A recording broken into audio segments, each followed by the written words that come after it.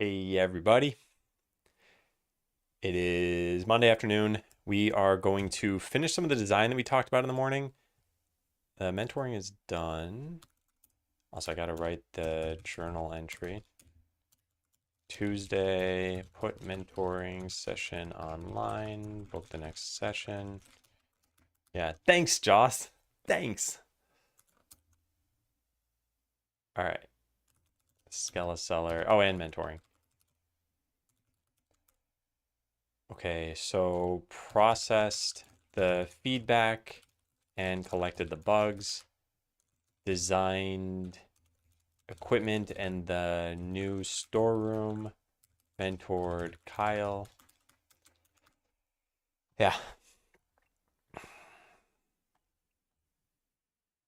Okay, so design equipment. This is the equipment part of this, I guess. But then we also have a storeroom design, and I need to write that down too.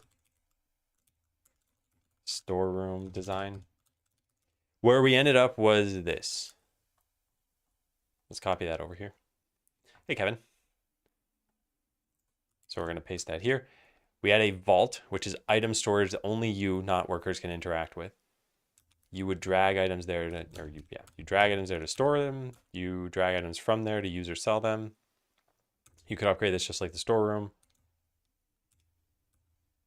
I'm gonna say rename the storeroom to warehouse. Warehouse.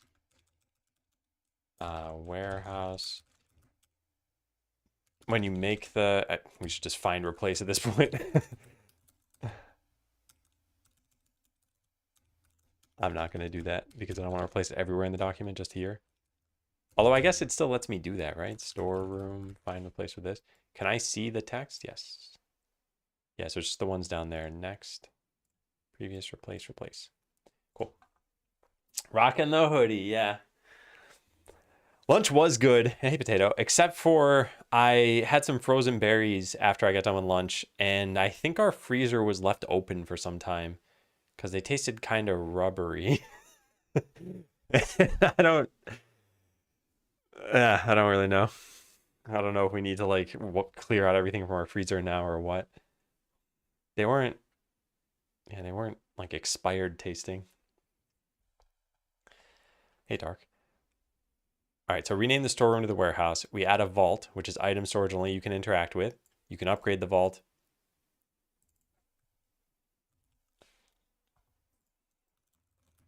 When you make the warehouse, items that would have appeared on the ground now appear in the warehouse directly. I'm going to say directly in the warehouse. If there isn't any room, they still appear on the ground. All items from the warehouse are able to be moved to shops automatically. This was already the case, so yeah. Hey, Grace. Hey, Stockton.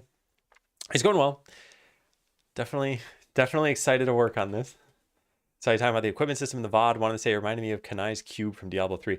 I played Diablo 3, but I don't remember the cube you're talking about. What is this thing?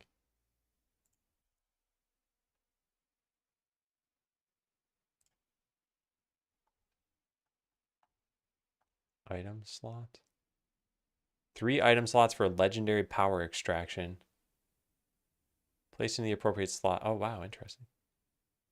This does sound very similar to that. Interesting indeed. Huh. Am I making them float into the warehouse? I think they'll just appear there. Like they did in Checkpoint 1. Were they covered in the freezer? Yeah, they were covered. They were in a bag. I think they probably just thawed and then refroze. So they were like frozen into chunks of berries. But like I said, the texture kind of changed too. And I don't know what would have caused that to happen. Unless, yeah, I don't know. Maybe they got more water in them from thawing. That might have been it. Anyway, we probably increased the price to upgrade your warehouse and maybe even gate it on some other progression. Yeah, I like that. Then usability, maybe there's a right-click menu for items with send to vault or send to warehouse, assuming you've unlocked them. There could be a short grace period when an item hits there. Yeah, I like this. I think this is good. I just want to think through if there are any other issues, but we have a bunch of other questions here. So what do we name this thing? I think it's the enchanter. Yeah, what does it look like in world? We could still try to answer that a little bit more. What does, I guess, like file the design somewhere? File the design in an issue. What does the enchanter look like? Well, they themselves are an NPC. They themselves are an NPC, but how do you see their slots? So something I could envision for this, because I think this could be kind of interesting, is you've got whatever the enchanter over here maybe, or maybe they're close to your vault. Maybe they're like up here. Anyway, whatever. They're somewhere. And I'm just going to draw this out using... Why is this dialogue here? Oh, this is a glitch in Godot. If I close tabs, they go away, I think. Yeah, it's gone. All right, so just imagine that I'm an actual skilled artist. So the enchanter is going to be like here somewhere. Bloop. There we are. And maybe you can always see the slots they have available. I don't actually know. And you could just drag items directly onto them. I feel like they've got to be shown here. So yeah, maybe they're item displays like you have originally. Or maybe there's some sort of, like, what's something that would extract magic from an item? I guess just some kind of machine. Maybe like a glowing table or something like that.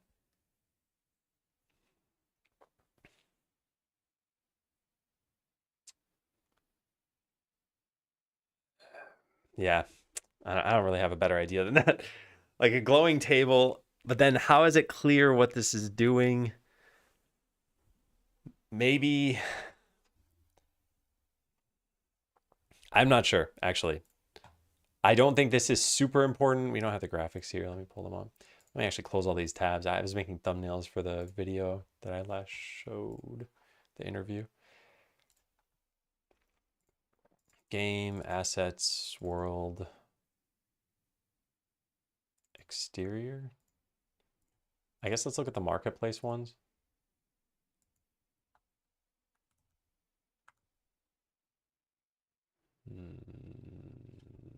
No. Maybe...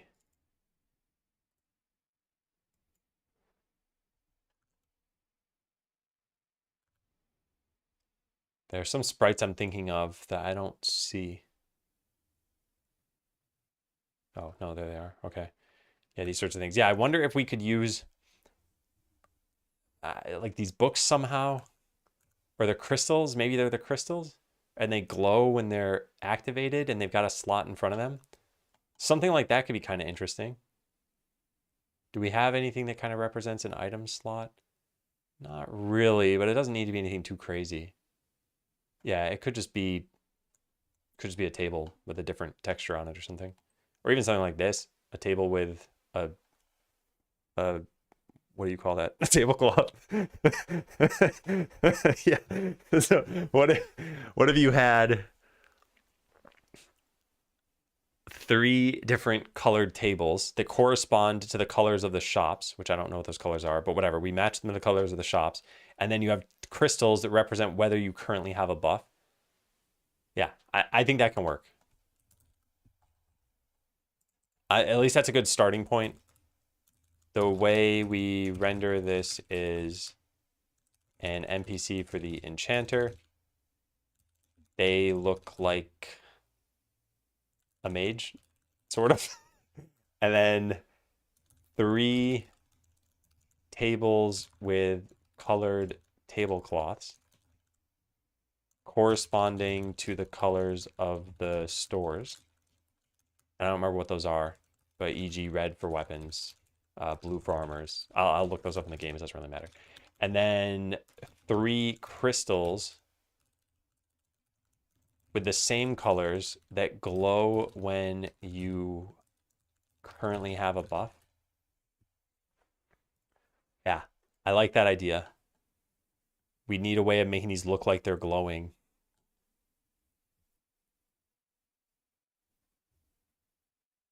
Yeah, and then what is this called?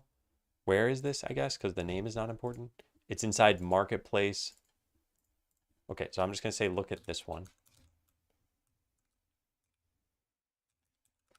Look at marketplace / atlas for the tables and crystals. Yeah. All right, I'm pretty happy with that. So pretty much what's going to happen is you will get, and I'm not going to draw this out, but you'll get an item onto a table like this, and then the enchanter will take it, and then your blue crystal will light up, and that'll indicate you have a buff for that. So how do you put them into the storage area? Or how do you put them in the sort of automated slots? Maybe you put these long tables behind it.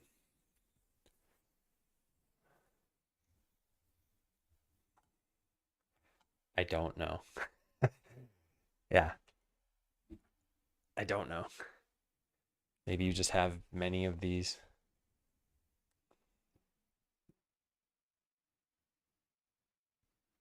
All right, I'll have to think about that. And then for the extra slots, just have different shapes for the tablecloths, like the sprite sheet currently does. Need to add one more shape. Yeah, so right now there's what, an ellipse and a rectangle. If you look at these, here's the rectangle, here's the ellipse. Maybe we'll put a triangle one or something. I don't know. There just need to be 3 different slots. And then how do we render them? I don't want it to be some super long table. Maybe, yeah, I don't know. I don't have ideas.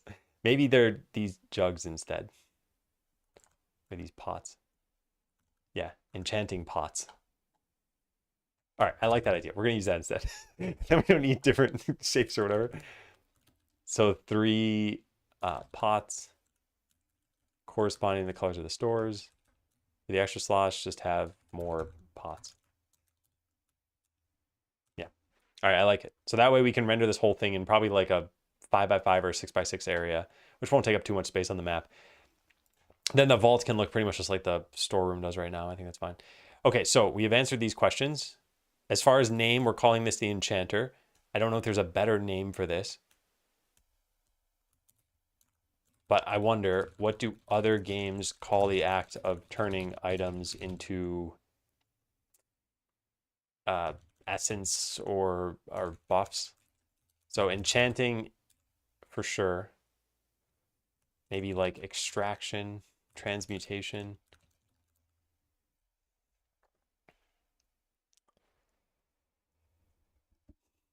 Can't think of anything else. I don't know. I think I like enchanting the best. However, what's really happening? What's actually happening? You're converting an item into a buff and applying it to the portal. We could call it like a portal mancer. Or I think enchanting is fine. Yeah, I think enchanter. Well, let's just stick with enchanter. We can always change the name. We're changing the name of the storeroom, so let's stick with that. How should you drag items onto the slots? We already talked about this. You'd pretty much always end up dragging it from your vault into the enchanter. So I think we're good there. What do the items do? Yeah, this is we got to come up with that. Come up with what the items do. And some ideas is like chance on entering a battle to grant an adventurer a buff. Chance to grant multiple adventurers buffs. And then like look at the ability ideas for more ideas. Basic stat stuff. In fact, I think the basic stat stuff is going to be the easy ones to do. I think it's nice to have some extra stuff. Could have like chance to reset cooldowns on abilities, or summon a like fairy healer at the beginning of battle. I don't want to go too crazy with this because a lot of this stuff can be design space for the adventurers and not necessarily for the items, but the items should also feel good. And at first, all we're going to do is really basic stuff. Like I don't know, poison all the enemies. In fact, we could write that down too. Poison all enemies at the beginning of the battle. Okay, what are our other questions? Yeah, we don't have an answer for that completely yet, but I don't think it's gonna be hard. Where's the drag target in relation to the portal in the storeroom? This could be very important. Maybe it should be in the storeroom. I think the way we need to change the town is, where's the graphic? Yeah, here. Well, that's part of it. I think the way we need to change the town, the portal is fine where it is. The storeroom is fine where it is. The storeroom can start generating slots going down to the top, from bottom to top, I mean. And then we could put the vault and the enchanter over here, I think. That way you can have them on the same screen. Yeah. The other alternative would be up here, but I think it makes more sense putting them here somewhere. But I am probably going to leave that to dark. Actually, yeah, maybe we just put them there. I don't know. We'll figure that out. All right. And all of this is positioned near the vault and the warehouse. Probably to the right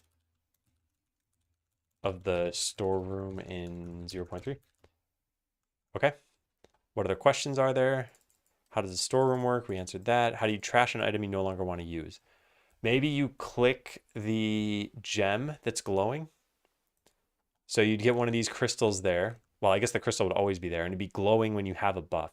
And when you hover over it, you see what that buff is. And when you click it, it could ask, do you want to destroy this buff? Wait, how would this be clear to you what's going on here?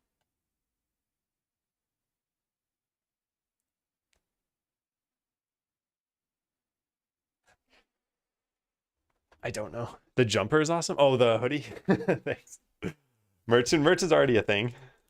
I just put it online like a week or two ago, I guess. If you want the hoodie, you've got to just search for that on Amazon, I think. But the shirts I've got linked there. I guess I could do the search on Amazon, but I need to get all the links for it. All right, I don't think it's super clear what you'll be doing here. Like maybe we need to prototype this, but I'm picturing this is the destination for an item. So you drag a sword there. And then if you hadn't already had a sword in there, then it would light up the blue crystal and you'd get a buff. So if you put another one in, you need to know that these are filled. That's another problem. I guess having them be in a pot is not as good of an idea. Although the pots could all just be this color and they change colors once you put a certain weapon in them or something. But I don't think it's gonna be clear either. I think we go back to the table idea. Or maybe, yeah. Yeah, I think we need to go to the table idea. That way you can see the item. 3 tables with tablecloths corresponding to the colors of the stores. Just have more tables with different shapes on the tablecloths. And rationale for using tables. You should be able to see at a glance when you have items that are going to be used. And then once one's in use, it would just shift them up, I guess. All right, well, I think we still need to think about that a little bit, but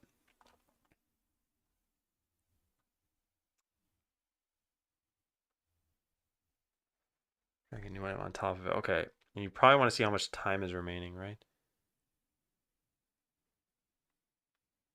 Yeah, the crystals could show a timer. Can show details about the buff when you hover over them. Okay, so the next question I have is, how do you tell which buffs are active in battle? And I think I wrote the thing about a question mark. Yeah, show which items are affecting the battle. Maybe there's a question mark button that you hover over. Or it just looks like there's an item. Battles are going to take up even less space in future checkpoints.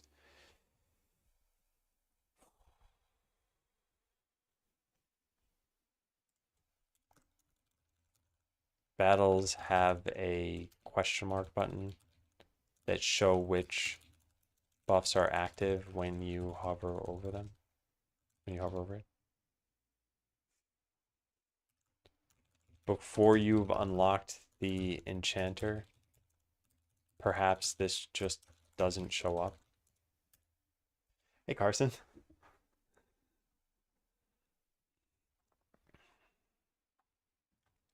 All right, I think this is a good start.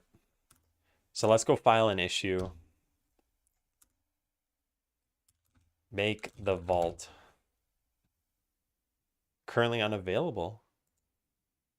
Wait, really? I might have the wrong link.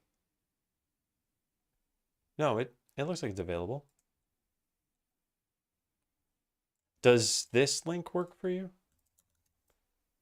Because it works for me, but I don't think anything would make it work just for me. It says so when I try to buy from Ireland. I have an add to basket button. Then I click a size. Where do I click a size? There. Yeah, it looks like it's available. Weird. Huh. Can you try? No, I don't know. Yeah, I'm not sure what's causing that to happen. It should definitely be available. Maybe try again in an hour or two. I'm not sure.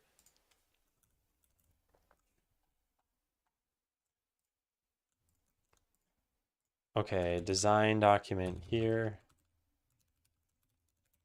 And I'm just going to copy paste this into this. Oh, wait, that's not how you copy. Got to copy as markdown. All right. Yeah. And then technically, I guess we want all of these things to have, they should all be action items. So like this. And I make hyphens. There. How's that look? Yeah. Yeah. Okay, so there's an issue for that. And now we need an issue for making equipment. Make the enchanter.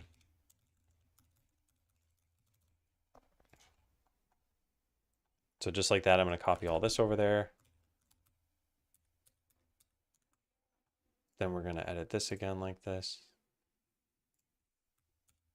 I don't know what that thing's doing. Backslashes for a tilde and a plus sign? Those aren't necessary, right? Oh, maybe they are. They're rendering correctly at least.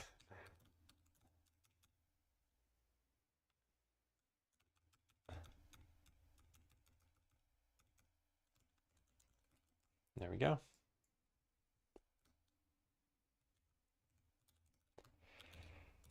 All right.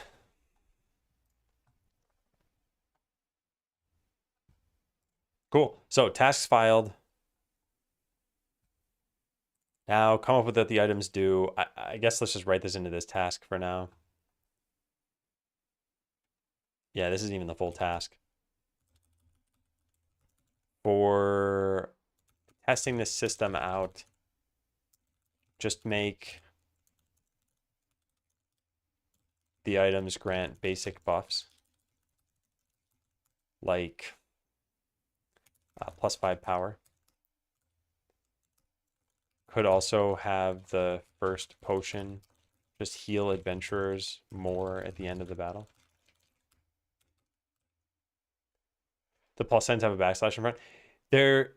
They work. I didn't think that that should be a thing, but it works. So I guess I'm just gonna keep it that way. That t-shirt doesn't ship to Ireland.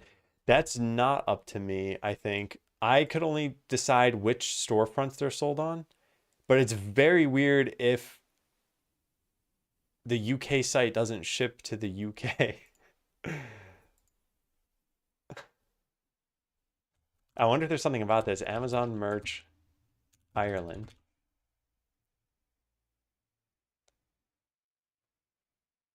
Oh, what? They're launching a new store in 2025? Oh, that's a physical store. Okay, I don't know. Yeah. Oh. Got it. Yeah. All right.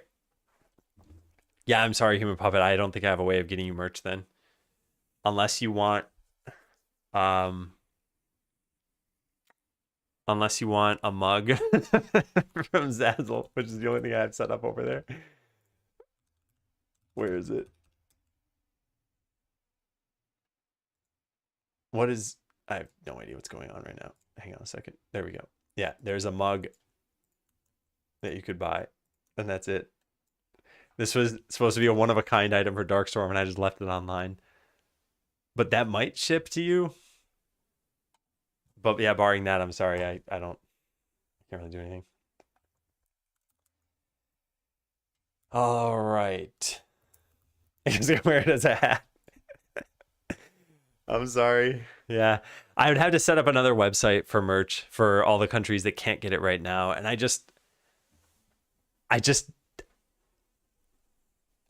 don't know. I don't want to prioritize that. I did that with Botland. I set up a Redbubble site or something a long time ago. And I guess I did that for all the people who, yeah, couldn't get it from the sites that are through Amazon merch. Although who knows, maybe you wouldn't have had an issue back then. All right, anyway, this stuff's been filed. So next, items need tooltips even when they're on the ground. I'm going to put this as part of this, but it's not really part of the equipment system. What else do we have? Yeah, design some player-wide skills around equipment. Maybe it can last for longer. Or that's kind of it, right? Or you can have a chance to find rarer loot. I don't know. Hey, James. James, I was working out the other day and dropped into your stream for like the 1 minute before you ended up raiding somebody else. I was like, I shouldn't say hi or anything at this point. Make the player unlock the equipper. Yeah. Make it so the player can take items out of shops. Oh, yeah, that's pretty important. Did I already have that written down? Always the way. Always the way indeed.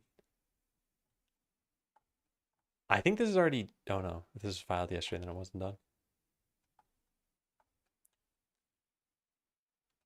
Scene, building, guild. I don't think I have this written down. No, I don't. Okay.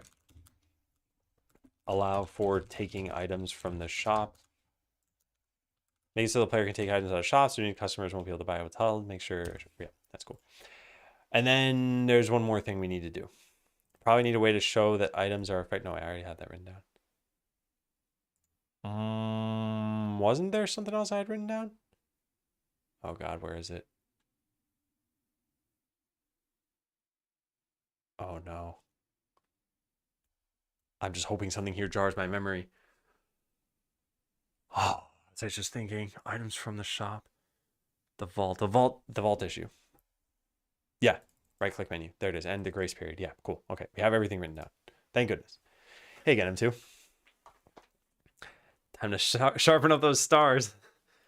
All right, tell me a situation that you had, and then a task that you had, and then the action you performed. I want to hear those results. Yeah, I wish you luck. I am not fond of that position. Having to interview for that stuff. Never fun. Actually, I guess some of them are fun. It's fun when you can just kind of talk and you know what you're talking about. It's not fun when you have to rack your brain and then be stressed about it for a week wondering what the response is going to be. I think we've answered as much as we can for right now. Yeah. So design, this has pretty much been designed. And I want to be able to throw away this document now. Yes. So we have done all of the tasks. All right. Well, that served its purpose. Okay, so now we need to start working. Well, that was work, but we need to do more work. So add skill trees. Customers, where is it? Where is it? Where is it? This one?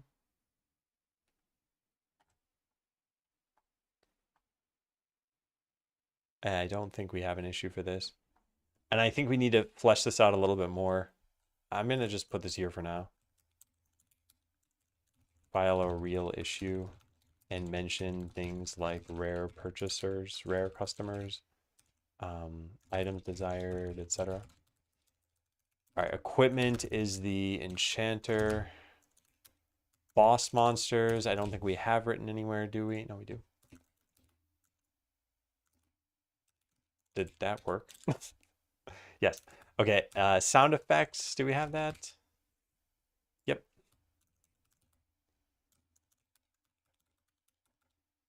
And then there's something about the vault stuff. I think I want to do the vault stuff first. Yeah. I think I want to do the vault into equipment into probably skill trees and then customers. Yeah, I think in this order generally.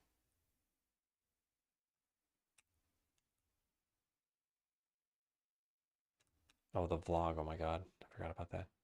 Should probably do that tomorrow.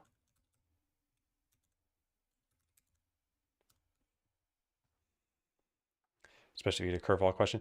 Yeah, I think a lot of the behavioral questions are understanding what they want to hear. And I'm not saying to say only what they want to hear. It's to frame your answers in a way that they want to hear them. I think if you ever answer a behavioral question literally, like, hey, what's the time you've had a problem on the job?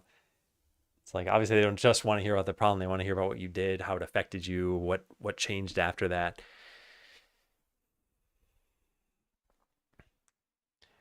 I did some behavioral interviews when I was at Google, and I think the more senior the people were who were trying to get hired, the more I was expecting them to have like kind of addressed the problem for everybody and not just for themselves. And I was surprised at how many people would describe an issue that they faced and then sort of just go through it in a very wishy-washy way. Either they were like, well, I just kind of sat around after that issue and it solved itself. It's like, why are you telling me this story?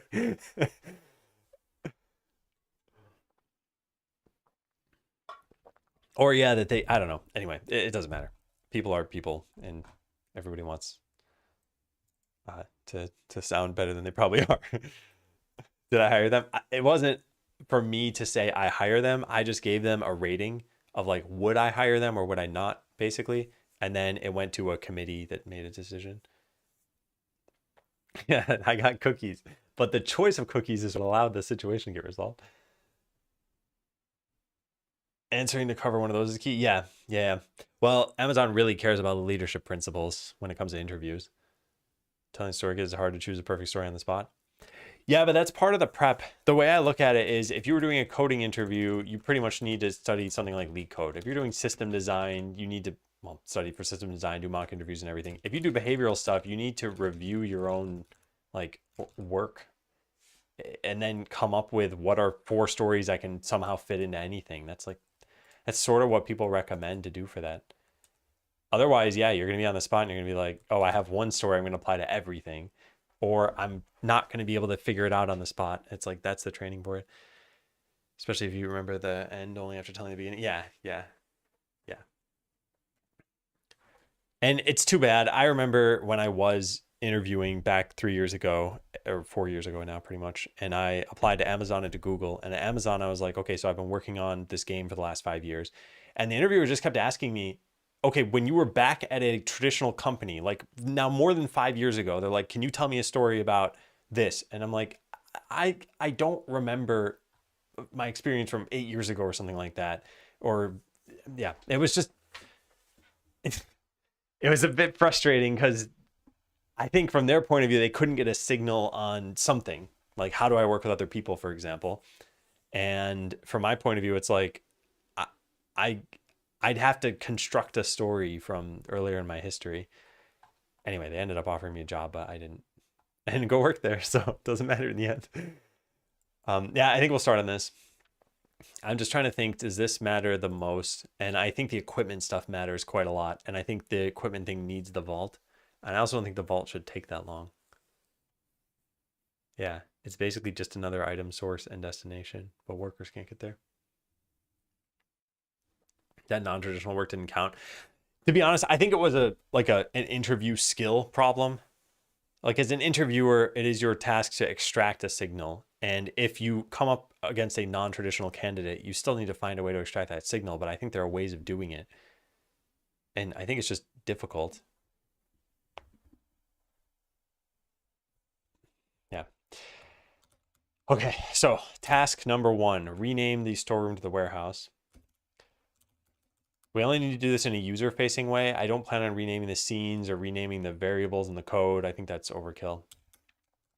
So you do not have space for this. Upgrade your storeroom for future items. Does this even show anymore? Not granted message?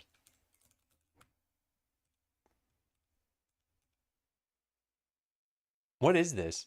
Loot item tool. Oh, interesting. This does show up. Wait a second. No, it doesn't. Hold on. Not granted message.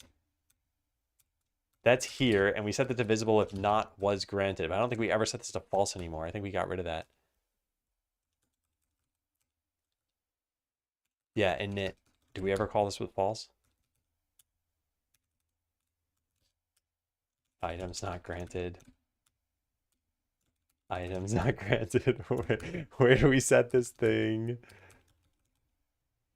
Yeah, we just never set it. We never change it. It's always nothing. So then that tooltip never, or that label never shows. We should probably delete that whole concept, right? Items not granted. Do we ever have a reason for doing this?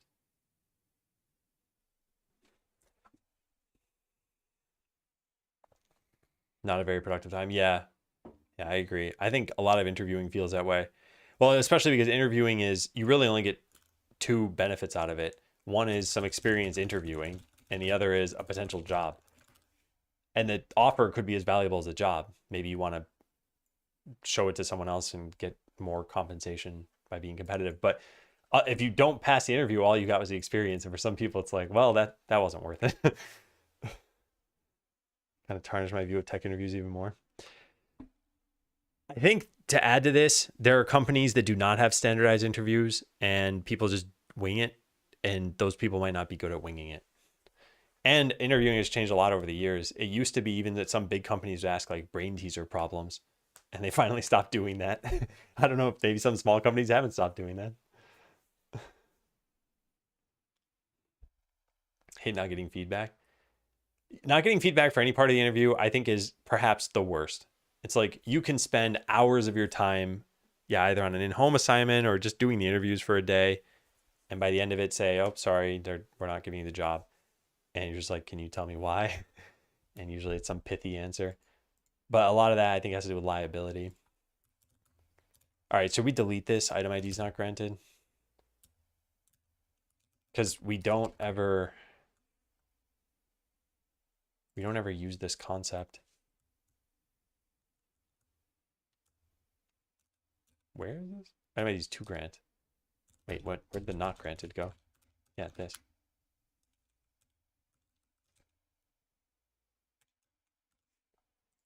What is this for? And equals not. Set loot. I see. Never texted me back after asking for some feedback. Yeah. Yeah, it's a shame. It really is a shame.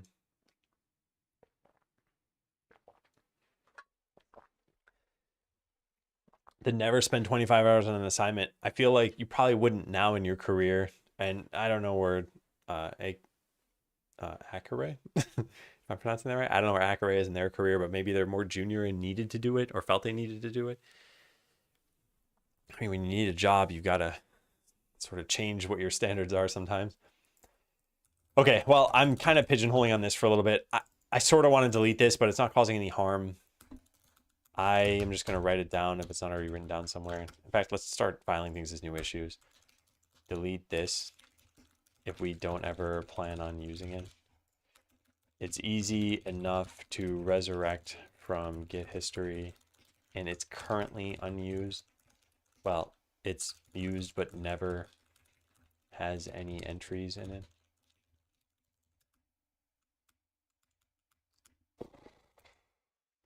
The reason I even stumbled onto this is because I searched for the word storeroom and it shows up here in a message that can't ever show up. I think we should just delete it now. Like a year later. I know. Yeah. Yeah. Handing out take-home assignments are actually pieces of code we need but don't have time to write. Yeah. I did. Yeah, there's a lot that's just problematic. I'm looking at your hoodie. Look away. I mean, look to your heart's content. Yeah, I'm going to remove it now. I think this is the task worth doing. So let's go get rid of it. Item IDs not granted. We're just going to delete this whole concept because it shouldn't exist. And it starts here that it shouldn't exist. Good. Was granted is always going to be true. So just ignore this stuff. Was granted doesn't exist. So this doesn't need to exist. We get rid of that. We go over to here. Was granted is always going to be true. Was granted. Always it's going to be visible. And it's probably set to X label. Oh, I remember this. Where does this show? Here? Yeah, there was an X over it if you couldn't fit it. Yeah, we're just deleting it. Fine. Yeah. Goodbye. X label is gone. Self-modulate. We don't need that. All right, anything else? Item IDs not granted. Yeah. What is this? Add items. Should drop on the ground. Oh, should drop on the ground was always true. Oh, wait a sec. Then what are we going to do? Storeroom grant items? Item IDs not granted. Grant items can't. Oh, darn it. Drat. We need this concept. We just don't want to show it in the UI. This returns the ones that weren't granted. And then we store that in the instance. No, we need to drop these on the ground. Yeah. There. Okay. Item IDs not granted. Okay, so that's the one that can remain there. And that's it. That's the last one. Want to say I stole the idea of your homepage with simple links and work great. Do they block the new tab override extension? You could set it to your homepage. And then every time you open a new tab, you just go to your homepage, which by the way, I do anyway, because when I open a new tab, the focus is up here and I have to press tab. Oh wait, I only have to press it once. Oh, I think that's new. For whatever reason, I think I had to press it like 4 times before. But anyway, I open a new tab, go to the homepage. So I could just click this, or I could have clicked. Anyway, yeah, I go to the homepage. Perhaps that'll work for you. I actually put a built-in shortcut on my keyboard, not even on the operating system, on my keyboard for going to the homepage as a result of using this so often. Oh, homepage is managed by the company too. Oh, wow. Well, you could, I guess, just make a terminal shortcut like this that activates Chrome but goes to a particular link. Like open. In fact, I think this would be the whole thing. If I just type in this. Yeah, it opened a tab on my other monitor, but that could work for you. People think their skill matters in an interview. My experience is seeing hiring clearly important. Most companies are finally good enough for the position, able to do productive work, then start looking at other things.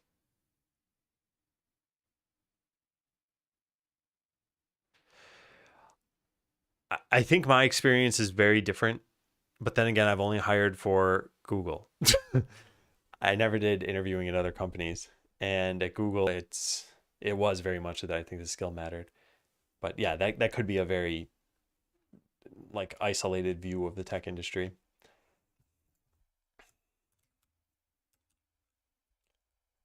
Okay, so we made 2 changes here, and I want to test these changes. And I think what we need to do before we do anything else after that. So this is what we're working on right now. This stuff's all been done. We haven't designed skills yet. I'm going to take some time to do that some other day. Maybe Wednesday. I don't know. Spend some time stabilizing. Just never going to do that, huh? Whoops. Finish filing issues for this stuff. Yeah. Make a debug thing that skips all of the tutorial stuff. I think we need to do that now.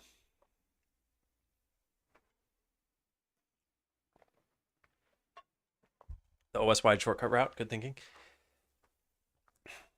Yeah, or I guess you can probably put it in your favorites bar, right? Like if you press Command Shift B on Mac, it opens up the bookmarks bar, and you can just put it up there. I don't know what Acrobat is doing there.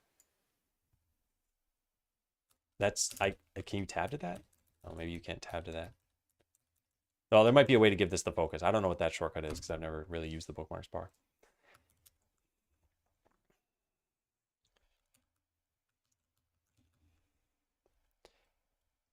Okay, so skip all the debug stuff. Let's go do that now. This is so important because I find myself wanting this all the time, and I'm sick of saying I want this every single time I start the game and then saying I'll do it later.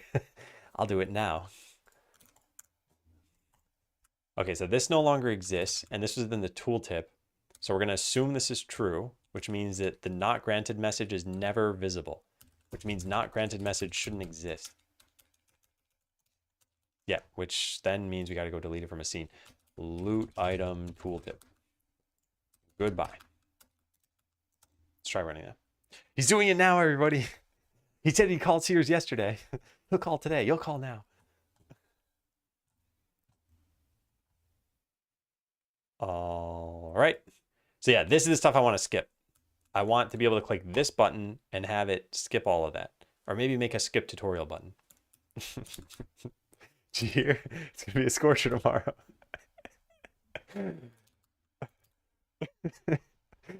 Let's go add this in the debug menu. Grant most things.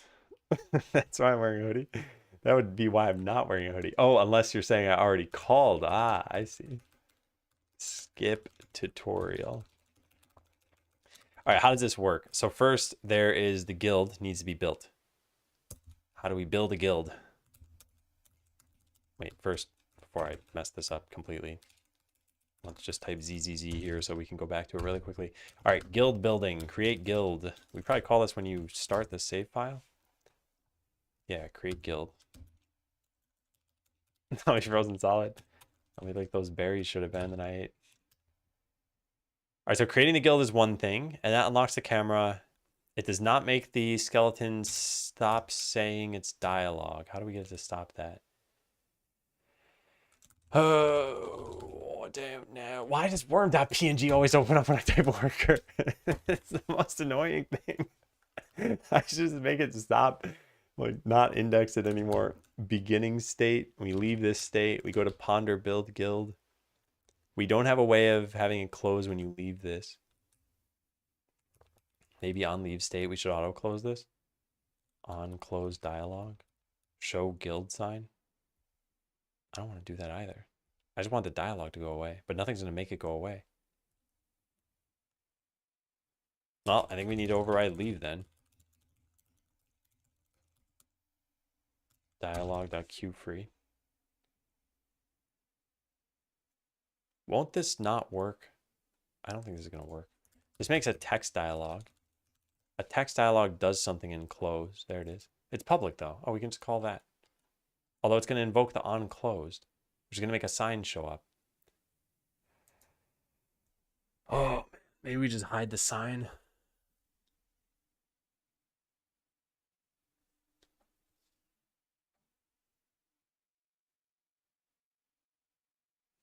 I'm just debating because there are two flows through this code right now. One is you close the dialogue, and the other is you force leave the state. And if you force leave the state, I guess this can only happen when you use the debug function. And in that case, we don't want the sign to show up. Let's just try this out. Oh, wait, we haven't tried anything yet. I got to make the worker enter the wanders. I will never not be annoyed by that. Oh, worm.png.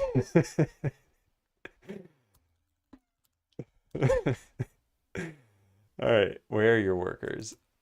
Get workers, worker drones. Does not contain a for each. Yeah, of course not. Also, don't we do this in somewhere else? Force wander state? No. All right, well, I'll just do this here. For each worker. No, it is a worker.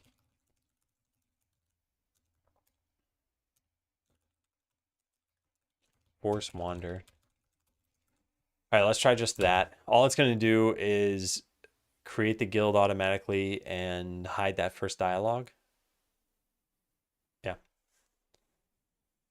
think the equipment system doesn't make sense for the scope of this game.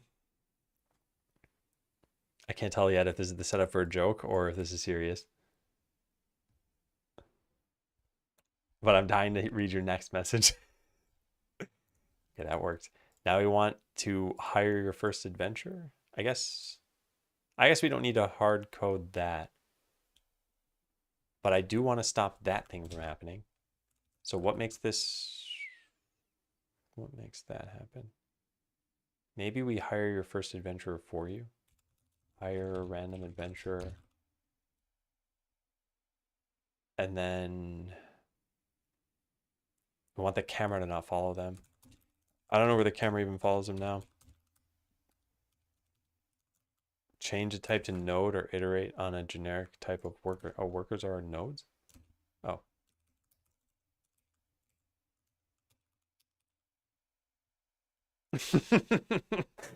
You open up the game, you're just seeing a picture of, you're just seeing this.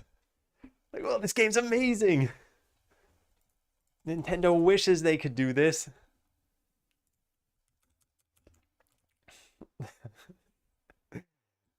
Unknown, you have to type more.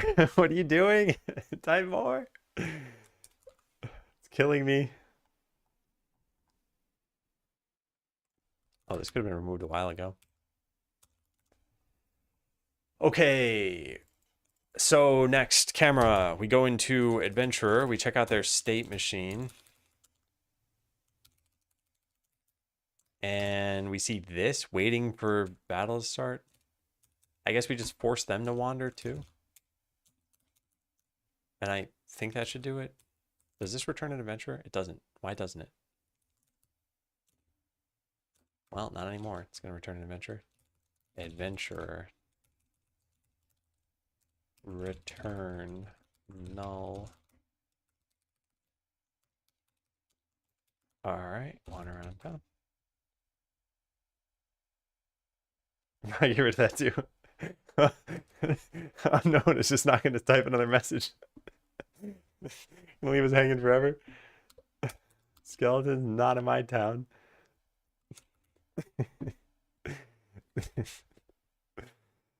All right. Well, you're all giving me ideas for an April Fool's game, but no one's gonna remember back to September 30th. I think it doesn't feel right when the leaves not turn yellow. Why yellow? Okay, good. I'm glad this is a joke.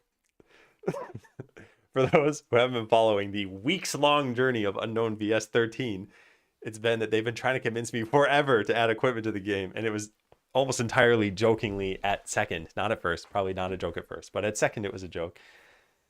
And then I'm finally at it. Now they're like, you know what? Replace the skeletons with kittens. What was a game that just launched about people in a space station and they went to different planets and there were a bunch of spooky things? I can't remember the name, but they had a setting to turn spiders into something else. Lethal Company, yeah. Lethal Company spider setting. Did they show a picture of this? Does they have spiders in the game? Oh, I guess, yeah, it turns into literally just the word spider. They also turn it into kittens? Ah. Wait, WoW also added that? Is this an actual thing? Is this a joke at this point? I know arachnophobia is a thing, but is this like gamers are complaining about spiders in games?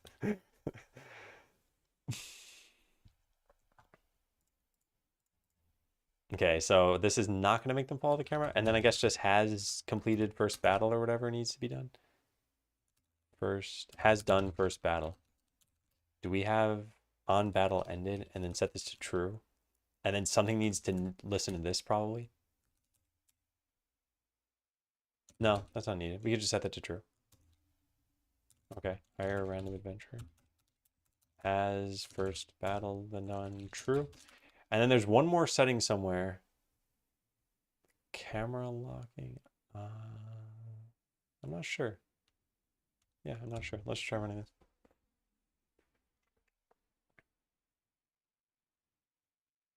The power turns them into cylinders.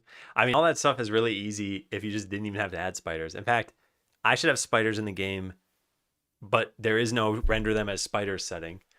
Actually, you know what? That would be pretty funny, right? If there's spiders and there's a setting and you can't uncheck it and it says like arachnophobia mode.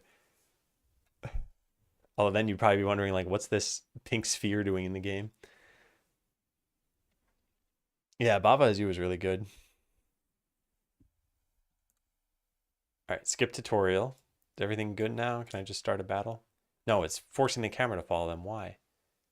Why? Entity to track. Player use start battle button. Oh, beginning of game camera tracker. Okay, we need some like brute force our way through this. Public void bypass. Bypass. Cancel. Delete. Is this a node? No. Wait, nothing removes.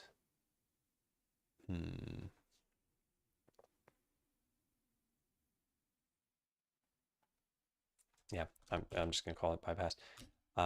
Has tracked first adventurer, just set it to true, is tracking. I don't really care what that's set to. And now in town, we'll call bypass on that. Beginning of camera. Oh, do we not save this? Oh, we don't save this.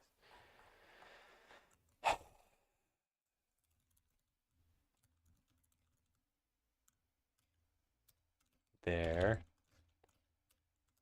Now we need to save this down here so that we can use it in this spot. Maybe we'll rename this to like debug bypass. Spider seller.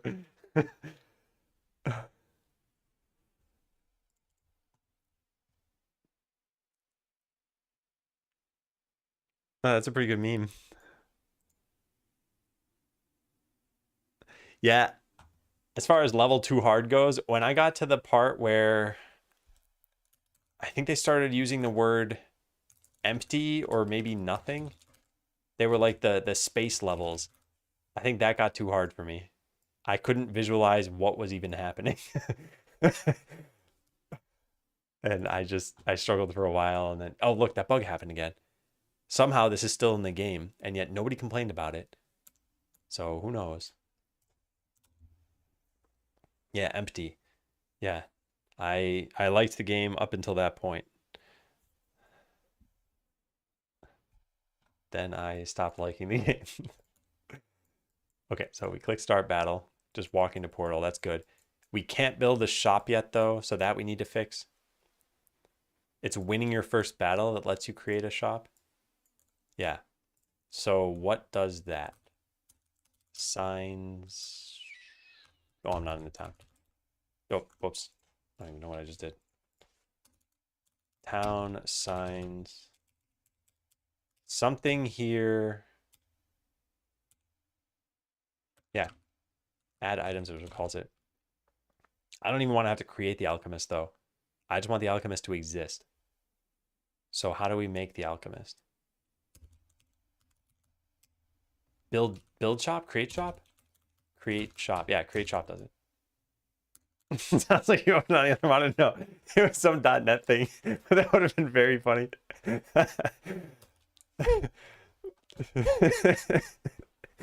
I just make it seem like it's not a mistake. Oh, yeah. Oh, interesting. Okay, guys. Yeah, that was private. I had to show it off screen. Hire random adventure. Okay, so create the alchemist. But then the first time you get an item, it's going to try showing this again, right? Has shown sign. This should know when you've built things and it doesn't.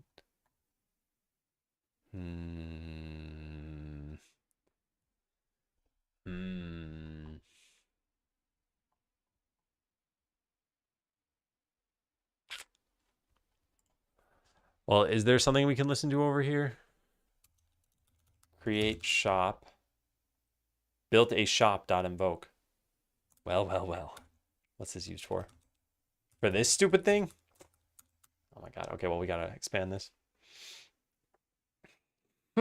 Every time it opens engage privacy mode. I think you'd still know because you'd see. Oh, darn it. You tricked me. All right. Not reading Ski's messages. What is equipment if you really think about it? It's just unlockable temporary stats with extra steps. Equipment, woo. Yeah, you better be in that mode from now on. Hey, Pressel. Just walked into Adam getting absolutely owned. Yep. I fell for the trick. Pretty good. But no one's gotten me to engage the game. That's the important thing. And you've all tried. But you can't beat me on that one. All right, what are we doing? Built a shop needs to take in which shop was built. Item category. Which means you got to go fix all this other stuff. I don't have a voice line for any of the stream. I thought anything that was too destructive, I shouldn't have a voice line for. And actually, I really should make it a voice line at this point. Because I am manually doing that for now. Pressel, you're not going to give me this soon after I just mentioned that no one's going to get me. That's shameful.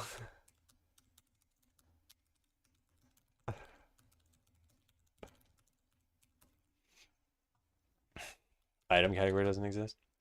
All right, I'm getting a little too warm for this. Time to sell my Skeleseller hoodie.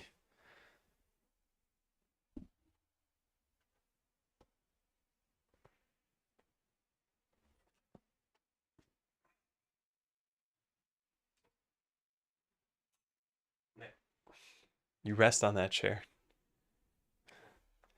Worm.com is available for $1.5 million?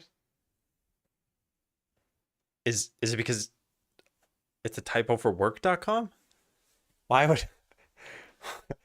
Why is it worth so much money? Is it because of how often I type worker and get to worm.png? Would that trigger the scene change? Enrage piracy node? I don't think so. So Namecheap has a listed for? Yeah, that's excessive. I feel like they need a caveat for why it's being charged, priced at that amount. Okay, so what we need to do is have signs listen for this. Hopefully this has access to the town at some point. It does, good. Okay, for each item category. Oh, what's that? Oh, that's fine, yeah. All right, so town.build-a-shop plus equal build-a-shop. And all we want to do is hide the corresponding sign. I mean, I think this is pretty easy. Oops, what am I doing there? Yeah, generate method, that's private. Item category. Does this know what I want to do here? Nah, it does. Wonderful.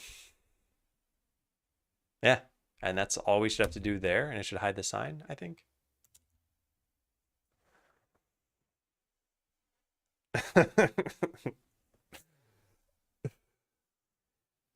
I'm not saying anything Pressel types anymore. That's it.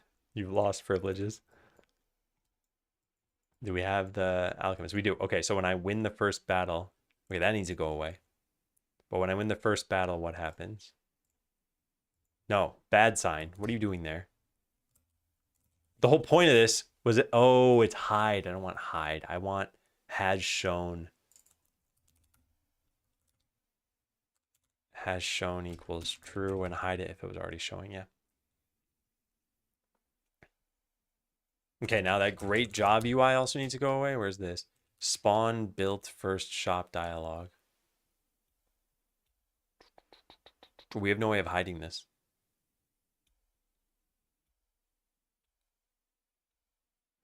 I could very hackily just set is loading to true and then set it to false right after this.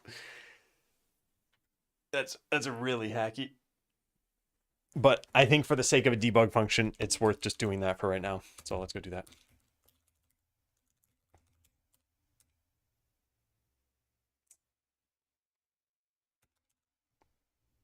equals, this is probably going to break a whole bunch of stuff later, but I guess it's a debug function. This is a hack to make sure the great job dialogue doesn't show up. Hey, TCAP. How's your Survivors game going? Also, welcome in, everybody. I'm working on a game called Skeleseller, and we just launched version 0.3 on Friday. And I got a lot of feedback. And overall, it was really valuable feedback. I don't even necessarily care if feedback is positive as long as I can get some value out of it. And I certainly did. So we came up with some major changes to the game. For those who haven't seen the game, you were an adventurer and you were out adventuring and you died and you came back as a skeleton and you wanted to start a town to prevent other adventurers from dying. So you build up your town a little bit. We hire an adventurer here. You click start battle. They go into a battle. They automatically fight. It's a very laid back game. And when you win, you get items that then you sell in your town. That's the overall game flow. With the money you get from the sales, you can upgrade your town, upgrade your adventurers. The big things we're going to change, which if you only just had that intro for the game, this isn't going to mean a whole lot. But for one, you have a storeroom where you can store extra items. So for example, if I grant a whole bunch of items here and we add a bunch of workers, they can go and bring it into the storeroom for safekeeping for later. Otherwise, the items will disappear if they stay on the ground. So you can see them fading out. They'll eventually disappear. The problem is that the storeroom had no real purpose right now, because if you feel the need to store things in here, it means you're getting too many items and it causes your workers to do slightly weird things. Like you can see them put things in here only to take them out again. So we're going to add something. We're going to change a bunch of things. It's actually not worth going into the full details just yet. I'll explain it as I do it. But what I was just working on now is a way of bypassing all the tutorial stuff. You battle for money to build the town. Yeah, to upgrade your town, to build the town some more. So like we don't have a way of selling armor yet. If I build this, it costs money, which I got from battling. And now I have the ability to make more money by selling these armor items that I got. I'm done with C Survivors. Just want to try C for a little bit to make sure I actually prefer C++. Well, are you making C++ Survivors then? Is the game done or will it live on in a different language?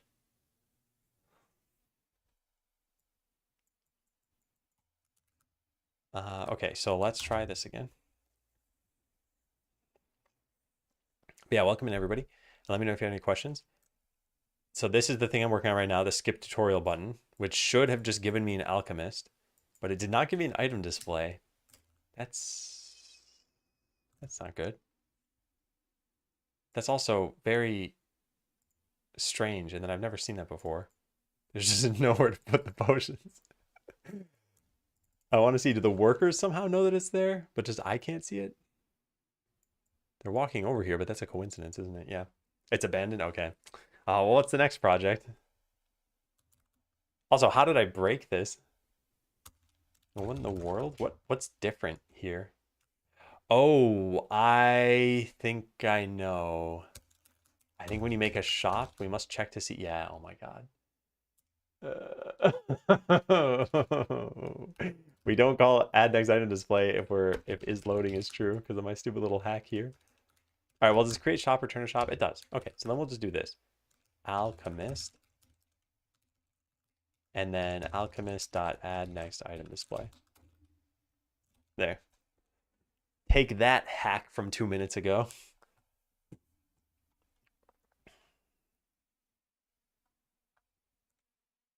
All right, so skip tutorial. We now have our alchemist. When we win our first battle, it shouldn't say anything. It doesn't. Good. And there's one other thing we need to set. And this one's very particular. But if you click grant items, check this out. If I click grant items, which is just a debug function right here, it just spews out potions. But if I win my first battle, it should spew out a bunch of different items. So let's see if I skip tutorial, it should give me different stuff. Good, perfect. All right, I think that's it. I don't think there's any other tutorial thing that you need to skip over. Maybe just the tip system. But the tip system should be disabled completely. I should just turn this off. Yeah. Just make a like public void debug disable. Yeah, just stop the timer. That's it. And on debug builds, tip system. Oh, we don't save the tip system? Tip system, town node, init. Yeah, fine. I'll call that Getting back to your tower defense. It'll be fun to finish someday, surely. Oh yeah, that's right. I always forget. Everyone seems to have like 2 projects running at once. And I'm like, I'm a 1 project kind of person.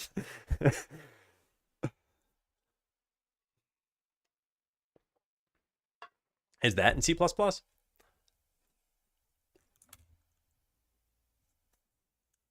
Okay, so we turn off the tip system, and I think we're done with the skipping tutorial thing, which is what's going to let us test the next bit. And I think I should probably have it skip the tutorial by default, actually. Yeah, let's go turn all of that into real devs write in assembly is what I heard. Real devs do that, yes. I'm a fake developer. Sad but true. All right, we're just going to dump all this into a function. Private void skip tutorial.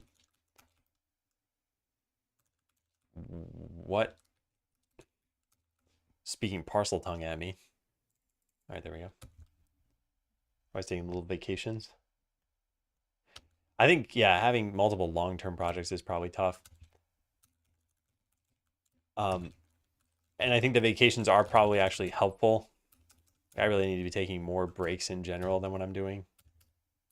But I'm very, very excited to be working on this right now. So I'm just gonna keep doing this. All right, this is part of the tutorial, actually, now that I think about it. Oh, whoops, I'm doing this the wrong way. Wow, stupid me. It should be this way. There we go. Now put this in here somewhere. Yeah.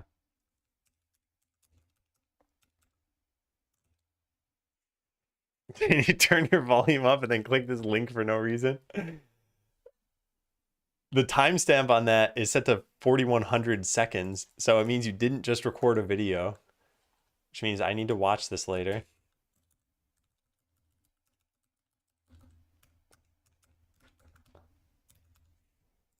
$15x developers. I think you need to be like a 25x developer at least for that. Did I even restart this? I don't recall. It's stream safe. And you'll get in without audio. I'll listen to it later. It's a Rickroll. Rickroll starts with the URL starts with DQ3, doesn't it? Rickroll YouTube. Oh, I guess there are many. It's DQW, not DQ3. The original one. Gotta memorize that so that when you hover over a link, you don't accidentally Rickroll yourself. Ah, exponential. Okay, then yeah. You're a Richter developer. Oh, right, it auto skips the tutorial. Yeah, so we're good, right? I think we are. Except for that part. That probably needs to offer you different adventures. Oh, and that needs to not be done. But I don't really care about that. That doesn't matter. Because I'm never using the guild master. So now we'd be able to build these things. Not enough money. Okay, sure. All right, so if I have storeroom slots and I grant items, they should now directly go into the storeroom. They do not. That's a problem. That's a big problem. I probably have an if statement that's like hard-coded to false when I was testing this.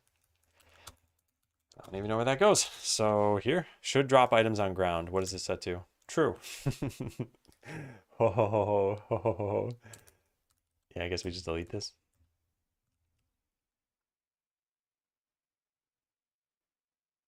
And then do this.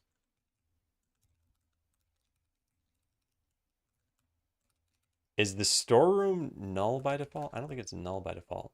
I think this should work. How many lines of code is a game? I don't know if I have Slock on my machine. Which Slock? No, I don't. I could probably add it. Brew install Slock.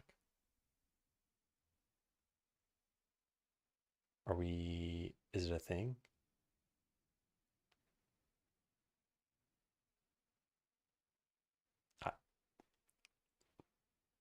Did it do something? Yeah, it did. Okay, so we're gonna run this over here. It's gonna steal all of my code. Actually, what directory do we want this in? I didn't mean to run the entirety of tree. I just want to see the folders. Is there like a tree-d? Yes, there is. Wow, that's nice. All right, yeah, we want it source. Oh God, that's already too much. All right, so slot game source. Whoops. Correct to that, no.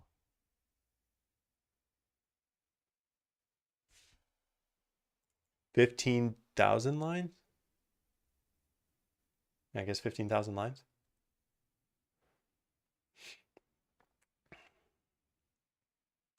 Not sure if it can be complete in the beginning of 2025.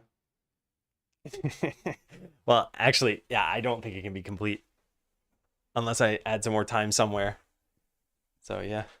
Yeah, it's just one line of code. It just happens to span 15,000 lines. It's all various incantations of worm.png. All right, did I fix the bug? I keep forgetting if I even started this again. Also, grant most things should probably call skip tutorial. All right, let's click grant items. No, I might not have restarted this. I don't recall. I think I fixed the bug, but... Oh, right, it already skips the thing. I don't need to call that a second time. All right, grant most item, grant items. No, this is definitely not working. So why is this breaking then? Storeroom grant items, that's not working?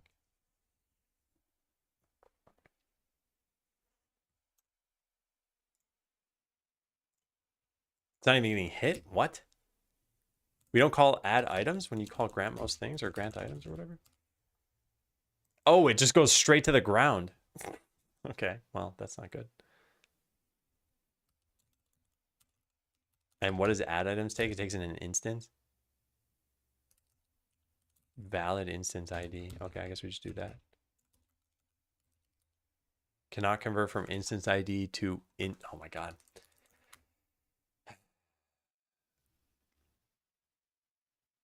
This is stupid. It's really stupid. We need an add items that takes in a set of items. Void add items. Actually, I guess this one could be private.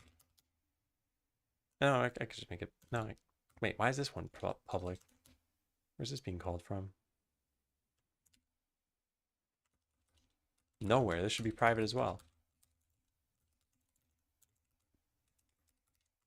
All right, so what are we taking in? A list of item IDs? Yeah, and then just move this stuff here and call that function. Easy. Easy. I've been playing Echoes of Wisdom, and my wife has been watching for a lot of it. And every time there's a challenge, I keep saying easy. And now she started saying it.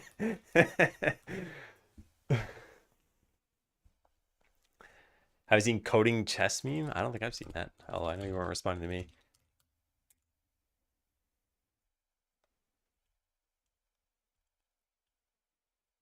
Yeah. Yeah, Pretzel, I have a caffeine command, as you might expect.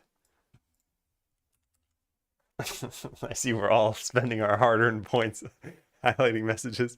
I actually can't refund these points as far as I know. But fine. You wanted to see it. Here it is. It's worm.png. Who needs a refund? I don't have a worm command yet. Although I should just link to worm.png. In fact, I should do that. Yeah, I'll write that down. Tuesday. Make worm command. I can? Okay, yeah, I probably will. What am I doing? I am calling this function. And it's already called. So I think we're good.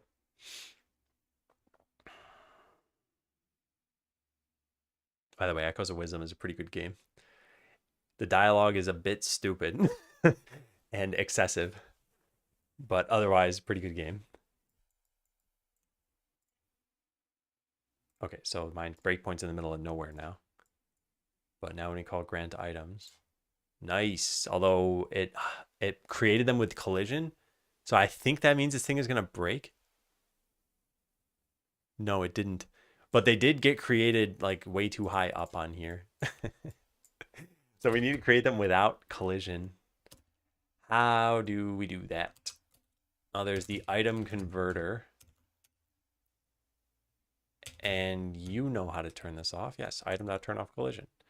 Well, that's all we need to do then. So storeroom, when it grants the item, grant items. These are just IDs though. I guess, yeah, I guess they could create it here. Turn off collision.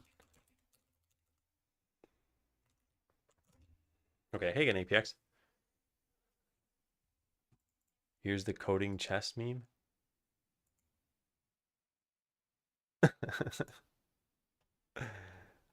That's pretty good. 99% of the way done with satisfactory. Then I get to start echoes. Yeah, yeah. Like I said, it's a good game. Just every character talks for like way too long.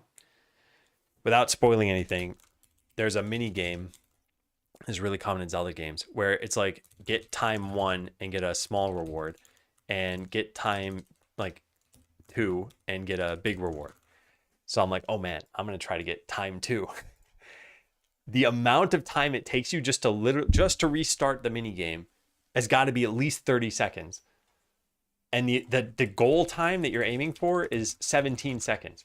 So it takes longer to restart the whole thing than it takes to beat it.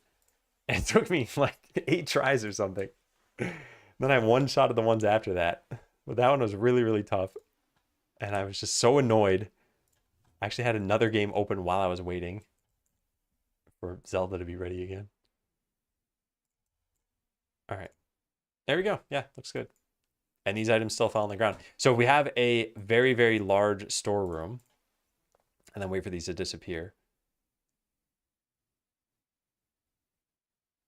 Wait, why is no one picking anything up? Well, that's a bug.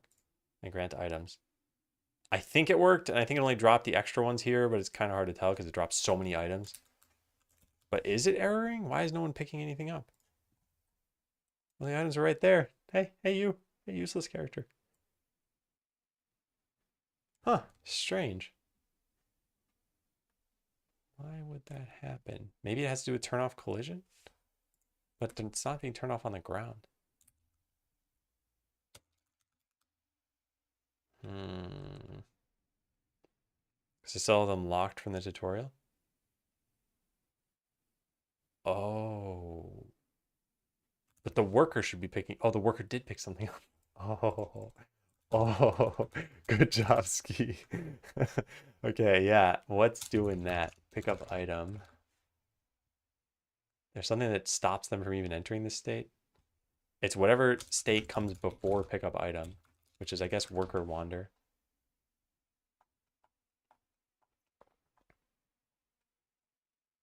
Here it is. Can adventurers pick up items? This needs to be set to true. Skip tutorial. There we go. I guess let's set this right next to this thing. And I guess write a comment above this and say a worker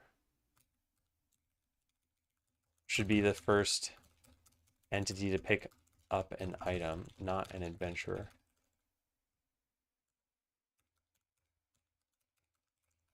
Yeah. Man, I typed something the other day. Oh yeah, I remember what it was.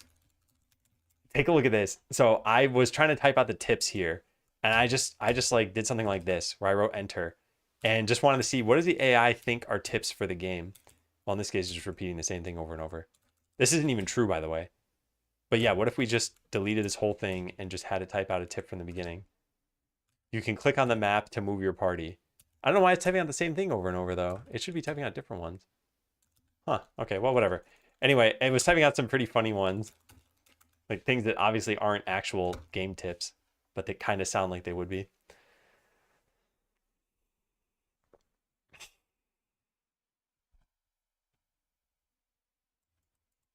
Okay, so we're going to grant all of the storeroom slots and then click grant items.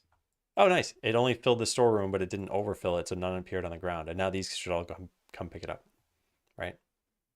Yeah, good. If we had like a million workers. Yeah, build the game mechanics based on the tips.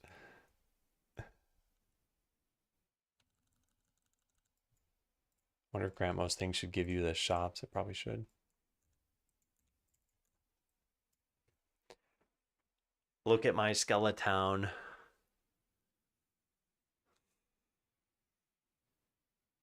So cool. Yeah, well, anyway, we need to check all this stuff in. I need to take a break at some point. We made like 3 different commits here, but just wove them all together.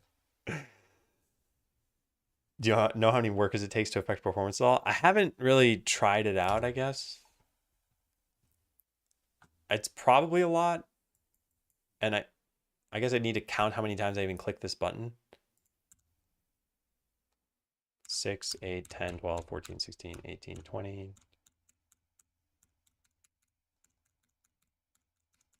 It's like 60 workers, I guess. And that should be 100. Now here it is with a bunch of items. You're not going to get this many workers in the game.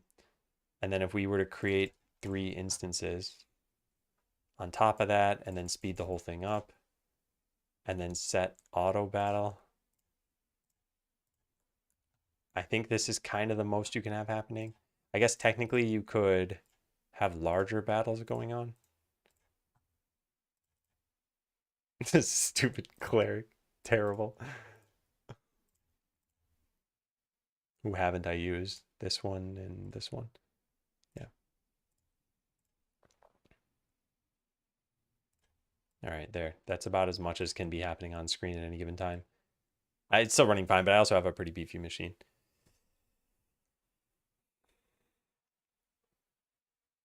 Yeah, I could add other things, but still, you're not going to get to even this level of workers. Was it similar to? As similar as Botland, where you're not controlling individual characters? Yeah, it is similar. It's mostly automated, I'd say. It's just very different how you're controlling the automation. In Botland, you were writing scripts, and in this, you're not really directly controlling any of the units, which I much prefer to writing scripts. But games it's similar to, I'd say a lot of idle games, like I think one of them, what's it called? Dungeon Village. I played this game a very long time ago, and I downloaded it on my phone again maybe a month ago and just haven't even opened it up. So I want to see how they do things. I don't like being influenced by other games very much. Obviously, we can't really totally remember where we're getting ideas from. And maybe that happened today with the cube thing. Is this what it was called? From D3. I played Diablo 3. I did not remember this cube. I probably got it, but I have no recollection of it. So maybe that's some cryptomnesia. Maybe not. maybe you can play through the game and not get the cube somehow. All right, so as far as I'm concerned, all of this can just be in the same commit. I think it'd be better if I split it out completely, but it's not super important.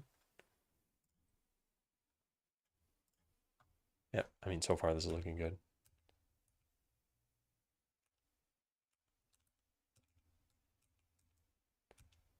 Yeah, I'm just going to keep the skip tutorial stuff in here. It should really be separate. I'm not going to bother that. Hey, compare.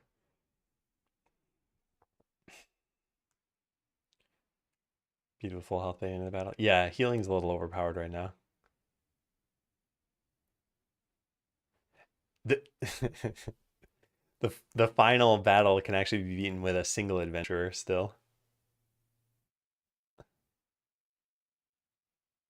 Yeah. I beat it with the witch doctor, I think the paladin, and someone else. I have a screenshot I sent on Discord, but I need to go find it. Hang on, let me see. Oh, Quickie Joe shared a bunch of artwork. Whoa, this stuff looks great.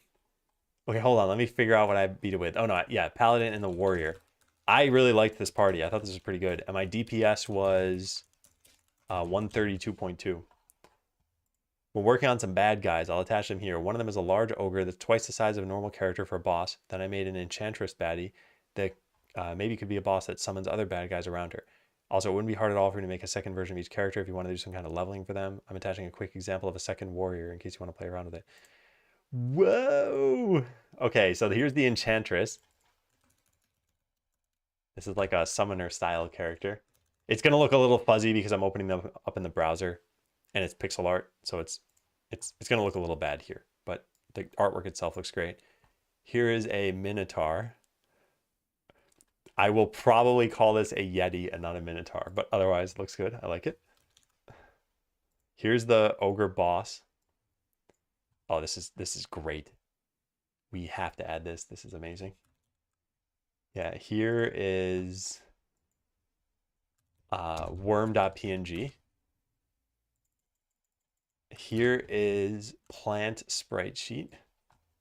Little plant characters. I like them.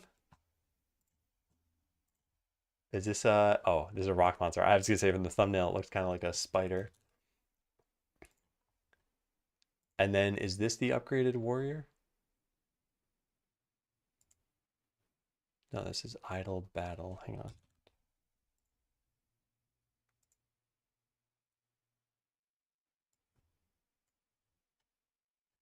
Wait, what is this? Is this different? I don't remember what the original warrior looks like. It looks the same to me. Characters, adventurers. Yeah, I think he might have just attached this as a frame of reference. Yeah, I think so. So then the upgraded one is here. Yeah. But yeah, cool. Yeah, loving the boss character. I mean, they're all great, but yeah, this is the first very large enemy we'll have in the game. This is 2x the size of the other ones, which is probably not obvious. Maybe it is because they're all super zoomed in. I missed the hoodie. Yeah, sure. It's gonna be a little tough to. Like, I'm not gonna zip it right now. Hopefully that's visible enough. Sorry, I'm a little warm, which is why I'm not putting it back on. Yeah, I think it looks good.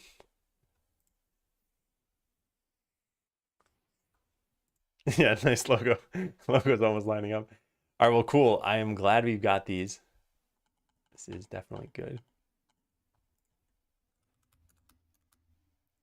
I gotta file a task to add new monsters into the game. Okay. Here we go. All right.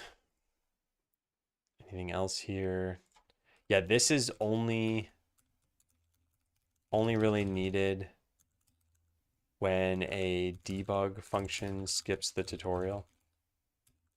We need the dialog to be closed, but don't want to spawn a sign.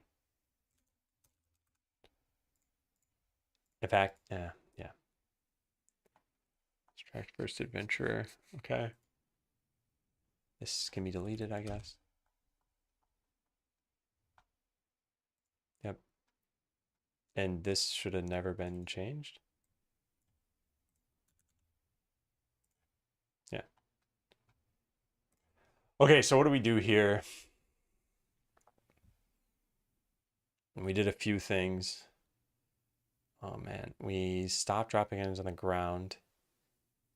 We made a skip tutorial button. I'll just say stop.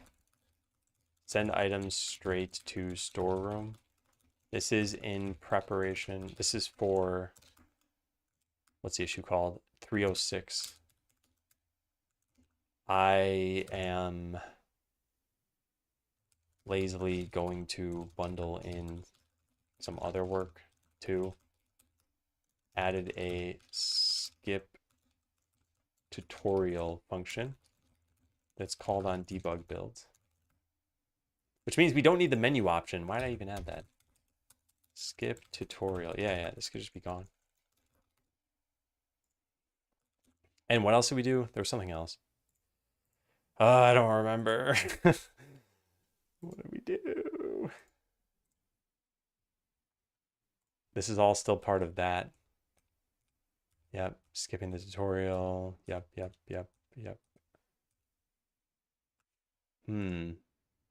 Maybe that's all I did?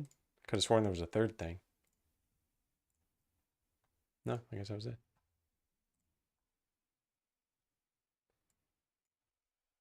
I am lazily bundling in one other change, which is that I added a skip tutorial function that's calling debug builds.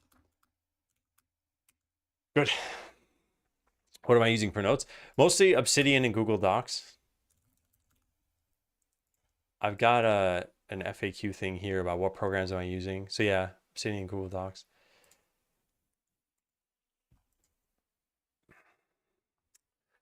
Okay, so I did all of this just because of this first task. Oh, and wait. We filed an issue on item IDs not granted. Yeah, I gotta go close this. This was fixed as part of. You know what we could do? We could just amend the commit. Amend. And what number is this? 309.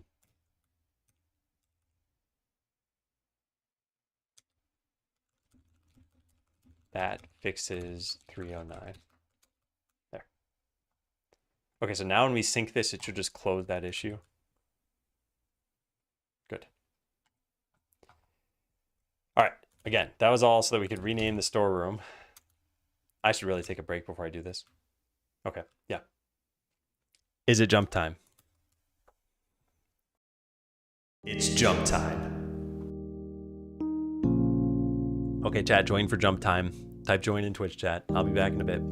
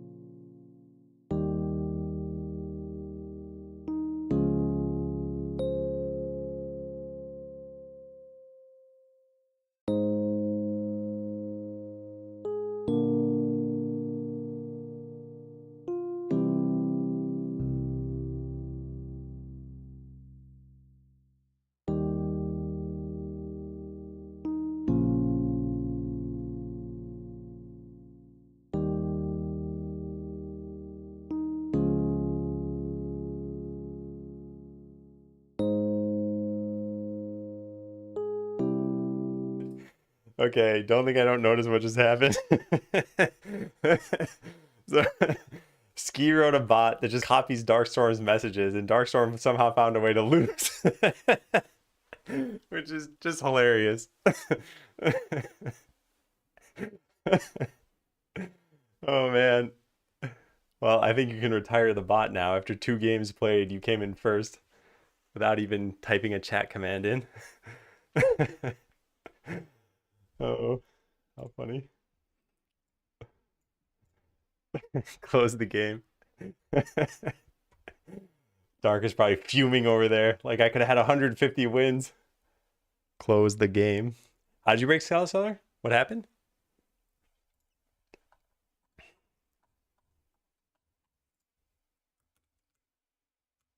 Yeah, Root Scrad. Buy Root Scrad.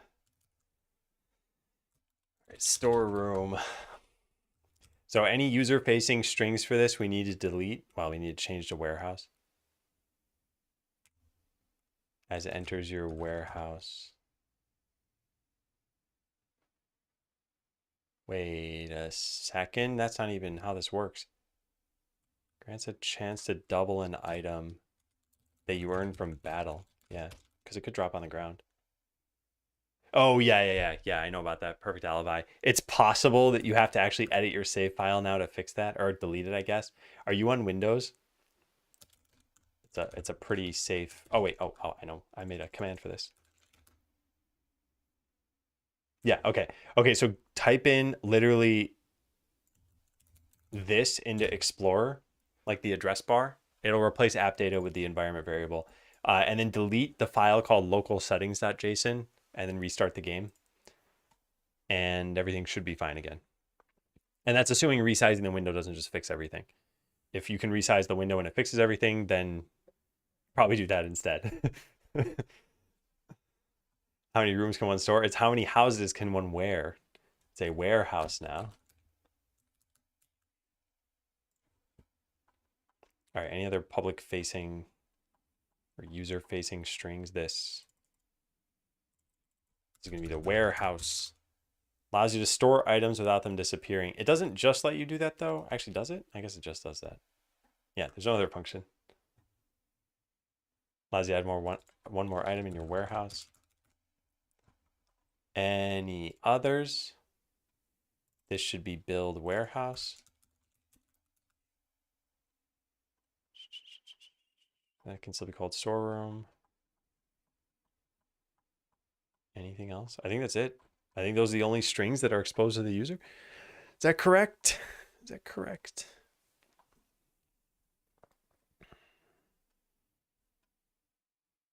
Yeah, that's it. And these have already been fixed. All right, cool. So if we load up the game, we shouldn't see the word storeroom anywhere.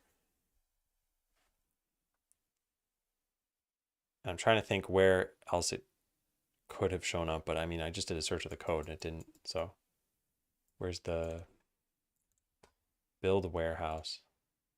Allows you to store items without them disappearing. Add storage. Allows you to store one more item in your warehouse. Okay, cool.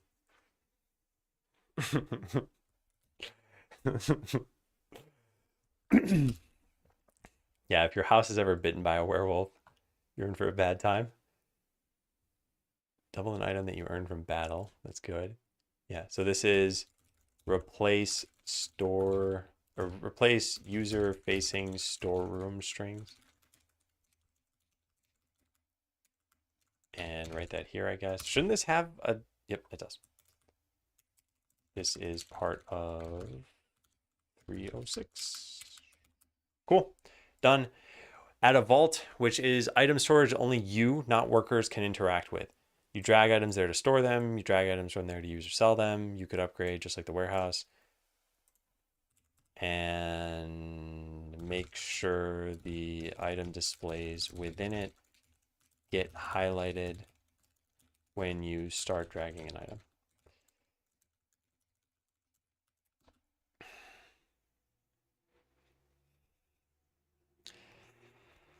Okay, well, we don't have space in the world for this. And I think I want to put it over here somewhere.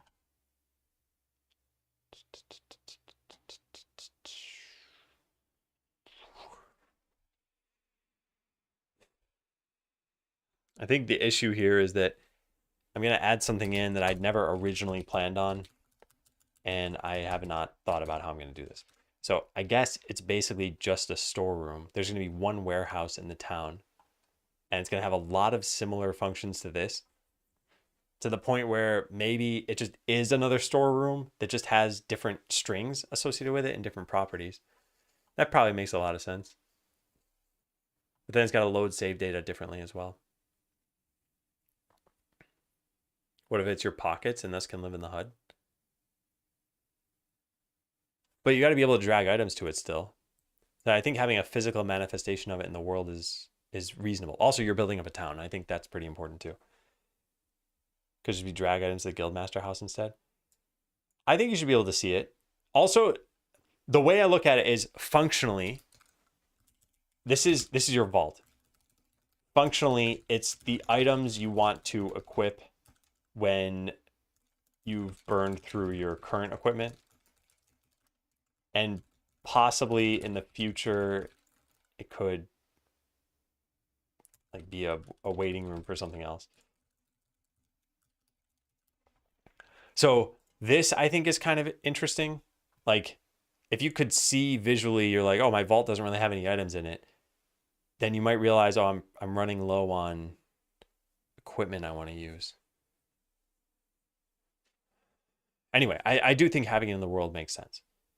And I don't think there are any major problems with doing that. So we have a start X, start Y, number of columns, number of pixels between displays. All this stuff's still going to exist. This is going to exist. Current level. Yeah, I guess that'll exist too. Save data will be a little different.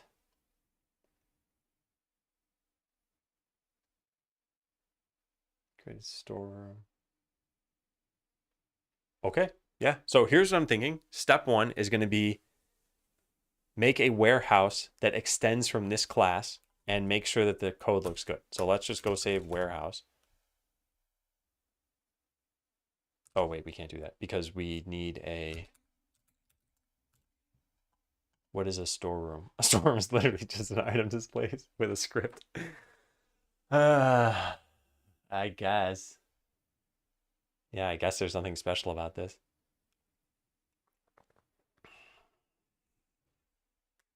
So we need warehouse to inherit from this and storeroom to stop existing. Something like that. All right, let's save this as... No, wait, it won't work that way. We got to do it this way. Storeroom. Call this warehouse. Attach a different script completely, which I never saved.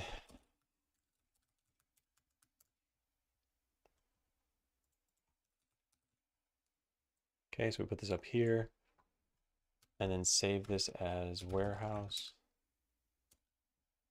How do you toggle your debug menu on and off? Is it just a bool? In the game, I just press Q. And yeah, that just toggles the visibility of that node. I can show you the code for it. Toggle debug. What? Where is that? UI toggle. I thought it was called toggle debug. Maybe UI debug? Ah, there it is. Yeah, if you press UI debug, it just toggles the visibility. That's all.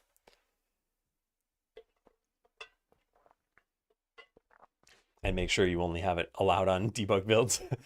Otherwise, your players can access it, which might not be a problem. If they're just testing things, maybe they should be able to get infinite money and whatever else. Okay, so this is going to extend from storeroom. Warehouse, storeroom. So we won't need these constants. Actually, I guess they won't be constants anymore. They'll be something that the storeroom gets initialized with. How do you mark a build as debug? It's built into different game engines differently. So for Godot, it's just the OS has feature debug, and that's only when you're modifying things through the editor, I'm pretty sure. And then there's some way to check to see if you've exported a build as debug. Anyway, if you search for the documentation, you should find out how this is all done and what the differences are. You could make your own custom flags if you want. There are lots of different ways you could handle it.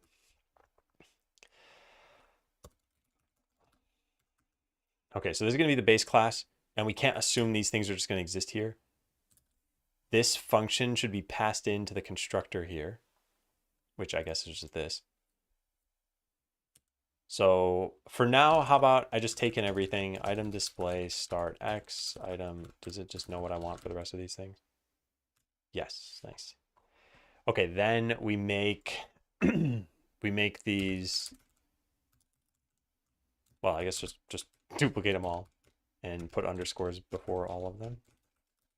And lowercase this, and don't set them equal to anything.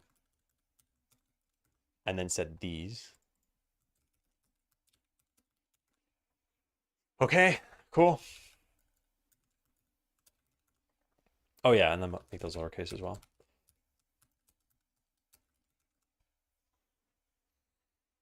Oh, and these shouldn't be const. All right, now we don't need these to exist at all.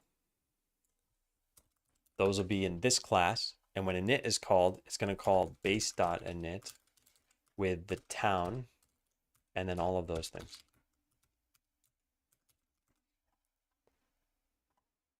Good. So we don't need this anymore. We don't need this stuff. We do need save data, but now it's got to be warehouse save data. Just an if statement with the bool debug menu. Yeah, that's fine. I mean, you also need some way of stopping your players from getting it, I guess. But yeah. Okay, so storeroom save data, we probably need to rename to warehouse save data. It's just a level and a set of items. Oh, wait, no, we don't need to do this. They could each have a storeroom save data. Oh, smart. All right, ready. Add item displays, num starting storeroom displays. This is going to be different. Okay, so we need to call base.ready. We can't do this. And we have to do this, which means that in this one's ready, we can't do that.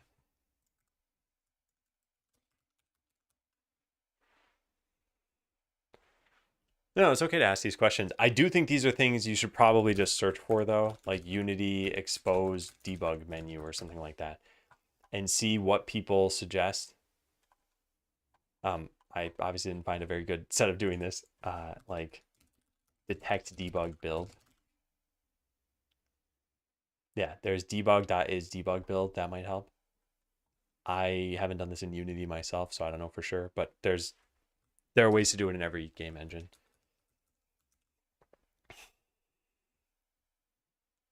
Yeah. Okay, so this looks good. Load from save data. This also can probably stay in the parent class. This stuff can also probably all stay in the parent class.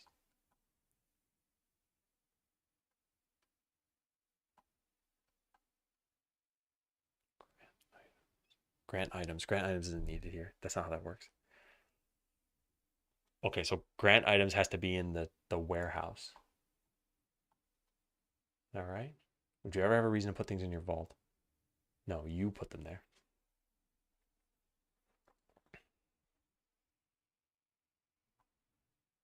Yeah, if you put them there, then they shouldn't be in this class. Oh, man. Okay, now these all turn into the lowercase versions of this. Anything else? All right, I think we're good, except for this. This needs to be made protected. Add num item displays. Add num item display. Yeah, make this protected and then move this to wherever the final public function is.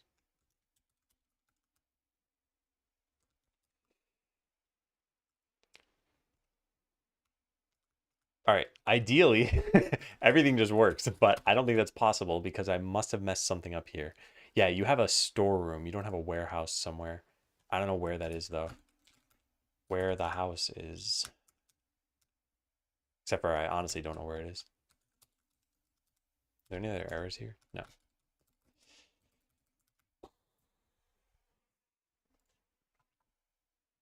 Oh, well, there's the problem. It says node name equals storeroom, but nothing about this says that it's a, oh, maybe that. Yep, that's a problem. Okay, well, that answers my question. So town scene has a storeroom, and there it is. And we need to now make this a warehouse. Oh, wait, no, that doesn't need to change. That needs to change. Yeah, so put a warehouse there instead. We need to make sure we put this in exactly the same spot. Accesses unique name. It can change in the code, I guess. What does this button do? Children are not selectable. How do we do that here too? I mean, it's not super important. Is it this button? This button? Yeah, that button. Okay, now to copy the transform over. Copy value. Paste value. Oh, it's already the same. And then just delete the storeroom and we should be good. So now town got the storeroom like so. This is now going to be the warehouse. We probably shouldn't call it storeroom all over the place, huh? Ugh. So much work. Thanks, lazy.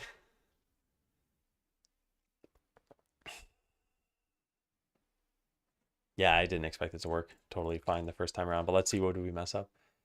Set up storeroom. Why do we have 2 init calls? That's not good. That's not right at all. Oh, right, because this needs to be a warehouse. Warehouse storeroom. That's dumb. Yeah, looks like we're gonna have to do a code rename. Otherwise, it's probably gonna get confusing because we'll see the old name and wonder why this is that way when there's a new class. What's the problem here? Oh, same issue that I did wrong 3 times.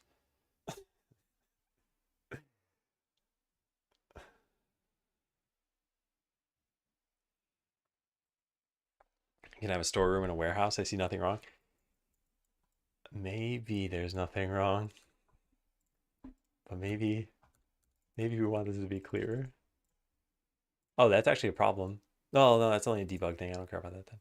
Okay, so if we grant items, they should just go into here like they did before. Perfect. And characters should pick items up. Also perfect.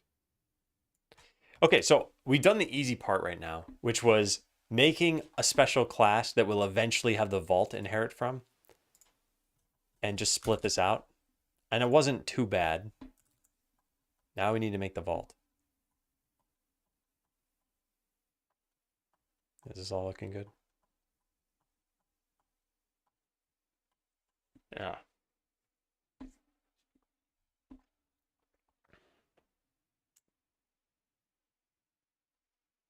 Yeah. Okay. Make storeroom. Oh, we should probably rename everything too.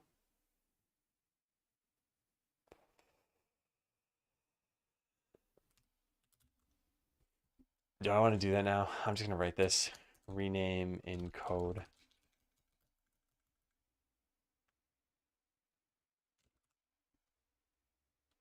Okay. Split storeroom into 2 classes. There's now storeroom.cs to serve as the base class for warehouse and vault.cs. Vault.cs doesn't exist yet. And I already reviewed this, right? I am finding it hard to keep context in my head for some reason. Yeah, I did. Yeah.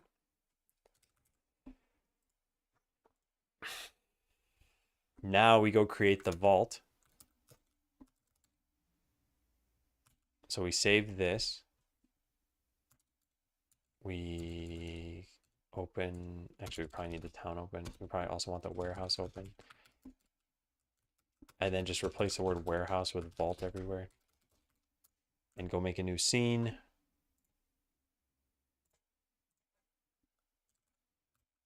And call this the vault. And give it the vault script. Save it as vault. Did I make the AFK jumping game? Yeah. Yeah, the streams are actually, well, I don't know if you even want to watch this, but they should be, mute this. They should be on my channel somewhere. Did we make a Jump Royale playlist? Nope. Well, anyway, it's probably just in here then somewhere. And I guess if you search for jump, you should find it. Oh my God, how does this work? Why does jump find all these videos? Ridiculous.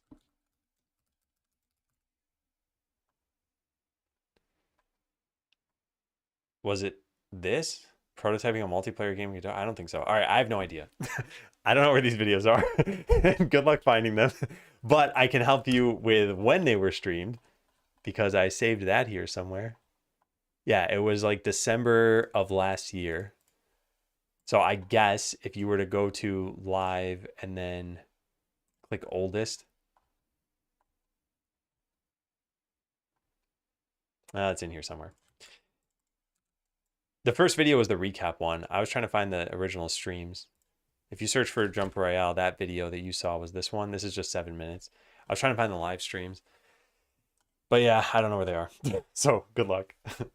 And I assume thank you for the bits. It's always hard to tell, but I think gigantic emote means you just gave me 50 cents. So thanks.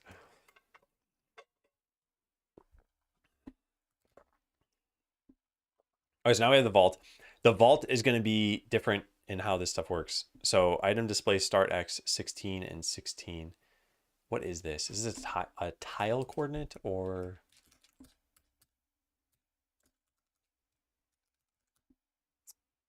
No, it is not a tile coordinate. It's in pixels.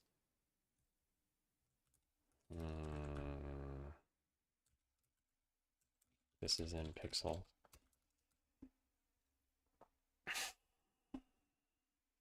Why? What does 16 even mean? Oh, what is that doing up there? Oh, okay, then this makes sense. Okay, so it's 16 pixels away from this, which is, I guess, the center of the tile that we want to show this thing on. So we're going to make the vault over here somewhere. I guess just go instantiate another thing, another storeroom. Oh, it's not called the storeroom. Being a dummy. It's called the vault. Let's put it there. And then we want to move this to here somewhere. This is not going to look good. Just going to put it there. Sure. And then I guess we should do the same thing we did with the other one. So I should probably actually align this to a tile.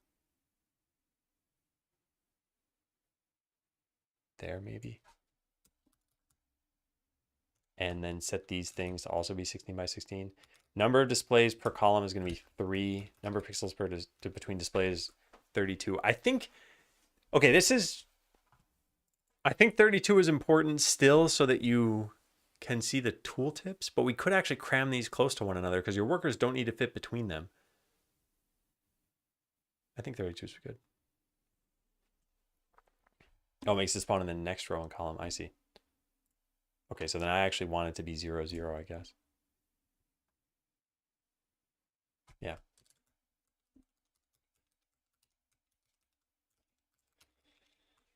All right, so how many do we add for this? Technically 0. That's what this is already set to. What a stupid thing. This is just not needed at all. Okay, fine. Delete it. Delete this. Delete everything. Why do we even do that? I know it's a vestige of old code. I don't even know where the ready function is now. Here it is. Do we reference this anywhere else? We do, but it... Oh, wait, no. That's the same one. Cost functions. Yeah, I think we should delete this. That's my favorite video game. I think it's hard to answer the question because what was my favorite video game is not probably something I'd still have fun playing at the current moment. Like, I really, really liked Breath of the Wild. It was just such a fun game, and yet I can never go back and experience it for the first time. And a lot of that first time magic is what made it such a fun game. So I might never play Breath of the Wild again. So it's hard to say with certainty it's my favorite game, I guess, but yeah, it's up there. And there are lots of games like that where like they sort of serve their purpose for some period of time in my life, like Super Smash Bros. Pros, Melee. I'm trying to think what else. I guess there are a lot of them. Yeah, there are a lot of games I really, really enjoyed. Wish you could experience again so much. Yeah. I will say, I think Breath of the Wild hit a little harder than Tears of the Kingdom did. There's that saying of like the rule of thirds almost, but not photography, where it's like keep 33% of your game the same. Keep or like change 33% and then have a new 33%. And that's generally what people recommend if you're making a sequel to a game. And I did like some of the changes in Tears of the Kingdom. But there's this phenomenon I noticed amongst a lot of people I've talked to who've played it where they're just like, oh yeah, I kind of burned out on it. I want to get back to it. And then they haven't gotten back to it. And I've talked to, I think, I might have said a lot of people, but a lot of the people relative to how many people I usually talk to about video games, like at least 3 people said they had that same experience. There's a new Zelda game out that just came out on Thursday. Yeah. That is more in the style of Link's Awakening. And that's been fun so far. My only gripe is just the dialogue in the game. It's somewhat childish. It's very long, and it just takes a lot of time to get through. But other than that, it's a very well crafted game. It's fun. It's also a pretty unique idea as far as Zelda games go. Okay, so we initialize this. We don't need a grant items thing for this. Now the town needs to know that you have a warehouse or a vault. So we have the storeroom. We're going to make the vault. And then anywhere we use the storeroom, we need to go change this thing too. You tired of building beds yet? No. First thing I stumbled into was invisible enemies. Wait, what? I don't remember that. Breath of the Wild, invisible enemies. In the starter area, there's like the slime things, the bokoblins. I can't think of what's invisible. I wonder what you ran into. Couldn't be bothered to hunt down the last map location. It was up a mountain. I don't remember this. Are you sure it wasn't just the cold? Invisible enemies are chipping away at my life. Oh man, if that is the case, then I feel a little bit bad for teasing you about it. But yeah, I don't think there are invisible enemies that early on. Unless I'm misremembering something.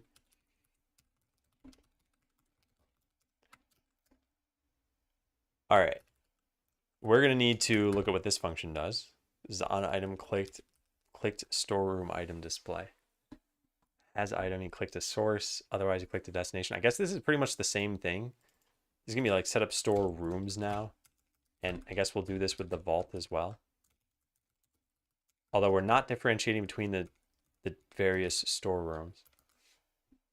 Anything else the storeroom does here that we might need? That's not going to be needed. Storeroom level, I don't really care about yet. We need a way of upgrading this eventually, but that's not important. Oh, this will be different.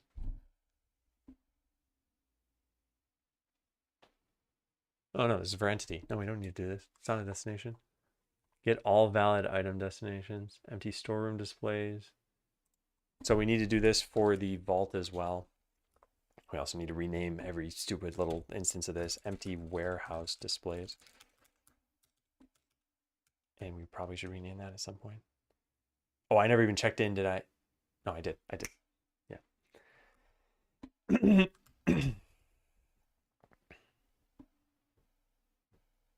So if there's a shop, get those displays as well. So now we need the empty vault displays. And we add in this. Otherwise, return the combination of this and this. All right, anywhere else? Get all item destinations. Yep, gotta do the same thing here. Vault. And concat it with that.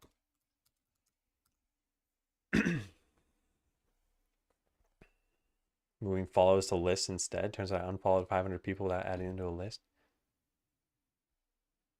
Oh, man. Yeah, I very rarely use Twitter. I never was a big consumer of it, and I never really wanted to tweet that much. And yeah, I just still haven't gotten into it too much. I was very surprised the other day when I went to it to see that the retweet button is now called repost. They really moved away from just the Twitter branding. And I know I've commented on this before, but there are lots of TV shows that refer to Facebook and Twitter by the names Facebook and Twitter. And it was for many years where that was the case. And I wonder if that's going to be something that if someone's ever watching a show, let's say in the year 2035, and they hear about Twitter and X.com still exists, will they know that they're the same website? Probably not. It also probably won't matter too much. It's going to sound like, oh yeah, that was the era of having a bunch of weird tech sites show up in your TV show.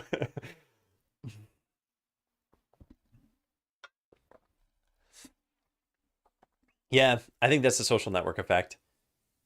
If people are on a platform and you care about those people, then you sort of have to be on the platform. I never really used it a lot to begin with, so I never really felt like I was losing out on something by not using it. All right, we gotta get the save stuff to work. I'm gonna write that down over here. Get save stuff to work with the vault. We just have the storeroom save data. I guess we also need to save the vault save data. I might as well just write this down, right? It means down save data needs that.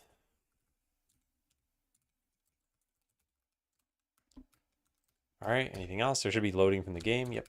A vault, load, a vault. Create a worker so that it knows about the storeroom. That's fine. That's fine too. This needs to eventually be done. That also needs to be done. This is already finished. And that's done too. Okay, so I think we can try this. We have no way of increasing the size of this of the vault though, do we? There's no sign for it. There's a storeroom sign here, right? Yeah, there is. I'm guessing we just manually position this. Oh, it's its own entire thing. Oh my God. No, that's fun. That's why I fight for protocols, not platforms. I mean, those were some world-changing platforms.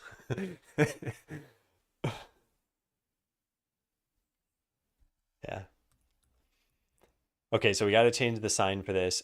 I guess the other thing that I said I was going to do is just get rid of the concept of starting with a certain number of displays. Yeah, there's just no reason to have this anymore. All right, so that's one thing we can delete. That's the other thing, and now this doesn't need to exist at all, which means the vault also doesn't need a ready. I already deleted. But I guess the storeroom or the warehouse or whatever doesn't need these imports now. Yeah, and then the last one is here because it's going to be assumed to be 0. This is just num item displays. Okay, let's try running that. Although there is still a problem in that you can't add to the warehouse or the vault. So I just coded all this stuff and there's going to be an invisible entity in the world. Oh, no, I broke something. What did I break? Vault can't be found. Did I forget to save?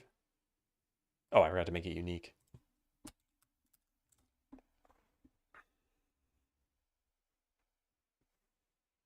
Okay, so if you look really closely and enable 5D vision, you'll see a vault there. Let's go try putting in a special something or other. Yeah, when you toggle the skill tree, let's just get the vault and add next item display. Now let's see how this is working. What's the nav boundary? That's an invisible barrier that prevents entities from walking outside of the paths of the map without having to be like special collision on every layer.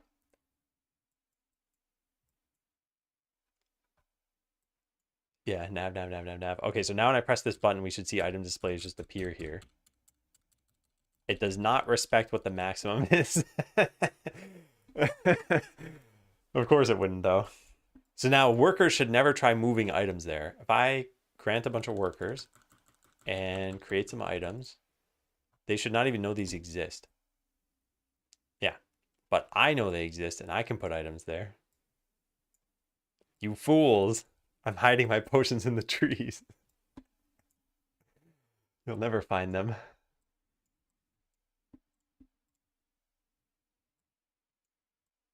All right, well, they're working. Your camera shows a big line. Oh, my real life camera. Whoops. Oh, darn it. I accidentally nudged the camera. Did that fix it? I think it fixed it. Thanks, Dark. There's extra time dimensions. Yeah, you can make a time square instead of just a timeline.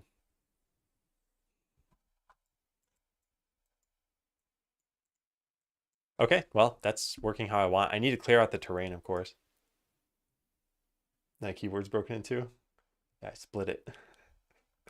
There's just one solid block. Smashed it over my knee. So we're going to need a sign for this. Does the save stuff work? Oh, we could test that out. Let's go try it. Let's see if I've broken everything. So we have, let's just take a screenshot. I don't need to memorize things. All right, save game and load game. Yeah, looks good. The real test is if we can close the game completely and then try it.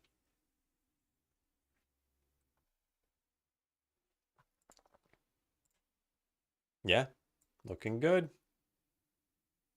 Looking good. Cool. All right, so save stuff works. Drag items there to store them. Drag items there to use or sell. These aren't even tasks. But fine, let's cross them off. You could upgrade this just like the warehouse. We haven't done that yet. Make sure they get highlighted when you start dragging an item. They do. Yeah, that way you can tell that they're destinations for your item. Oh, those. Those foot soldiers, though, don't appear in the beginning of the game. First thing I stumbled into was invisible enemies.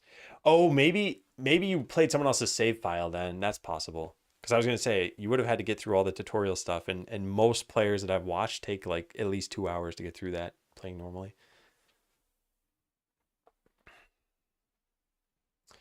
Okay, so this is done. This is done. This is done. This is done. This is not finished yet. Yeah, so we have a few things we have left to do.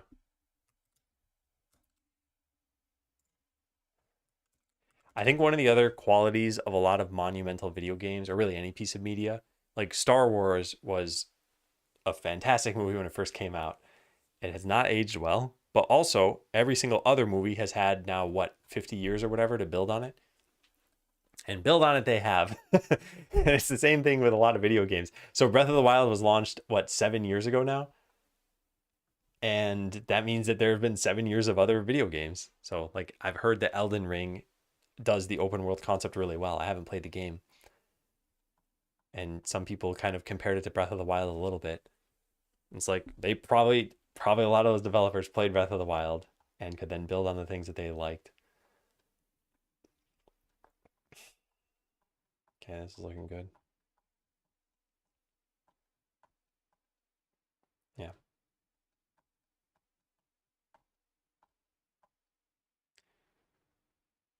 What is this?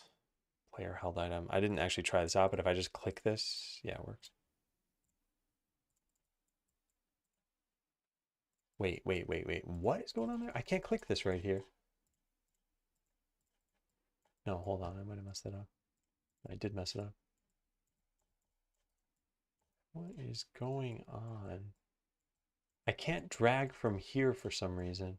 He took the item. I was trying to drag that. Yeah, I can't click here. Huh. I wonder if this menu also extends below where it should. Time to find out. So what did I do? I clicked, I guess, load the game. All right, I'm just gonna click there. I know there's no item display there, but what should happen is I should be able to see what I clicked here. Town UI VBox container. That is not good. Must be the skill buttons. It might be that there's just some V separation that doesn't make any sense. Hang on a second. Can I? It's this that we're seeing. The size is set to 100 pixels. How big is it actually? Oh, I should take a bigger screenshot and then just trim it down. Yeah, so we want to see how big this is from here down to here. Aha, 70. So yeah, there's 30 pixels that are just who knows what. What is doing that? Is it just that it has a size of 100 and literally there's no reason to have it be that large?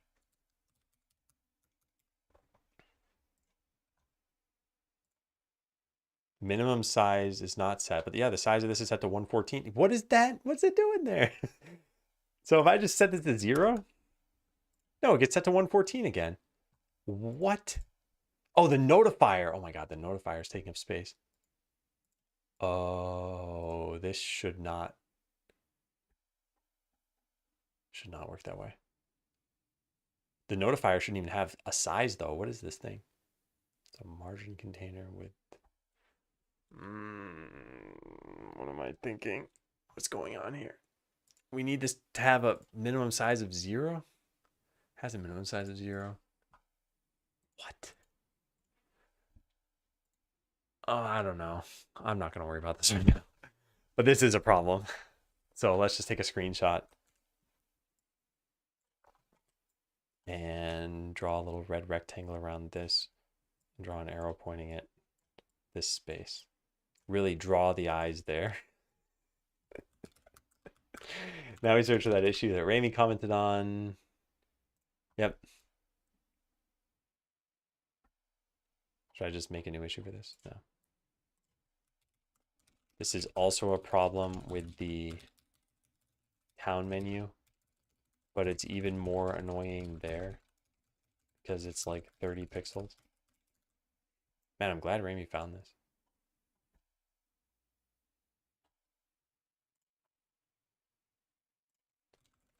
Probably because of the notifier. I don't think these problems are hard to solve, but I'm not going to do them now. And we're probably going to have a solid month of just like look at every single aspect of the game, look at all our open issues, and just tackle whatever we can. Yeah. All right. Well, we tested everything. I got to check in now.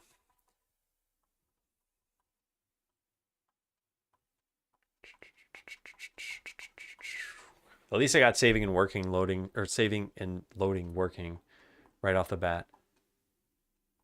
I mean, this really was just another storeroom, and I'm glad I've coded it that way. So much more elegant than what I could have done.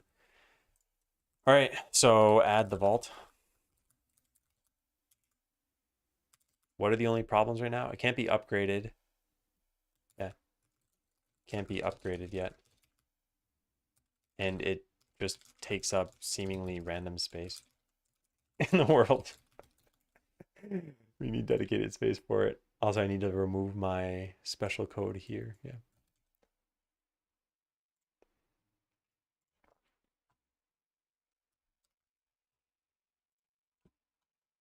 All right. We have a class called the storeroom sign. And it has a script that does what exactly? Spawns a dialogue, which does this stuff. Text.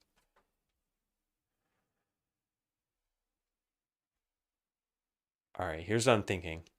We take in a storeroom reference. So we do private storeroom. When we initialize this, we set the storeroom equal to, does this need anything from you? No, yeah. We set the storeroom equal to the town's warehouse. It's not called a warehouse, it's called storeroom. Then, anytime we would have used this, we use our storeroom that we have saved. So there's, whoops, I didn't mean to press anything. Well, whatever. Storehouse, ware room.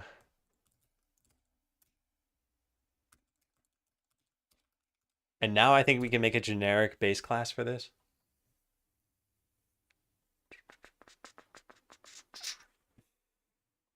Does it make sense for it to be generic? It's got to take in a storeroom type. So we could make a storeroom sign T where T colon storeroom. Does that work? T is not used in the class. Yeah, I know that. No, I don't think this matters. Because we don't ever do anything specific here, right? Yeah, we don't do anything specific.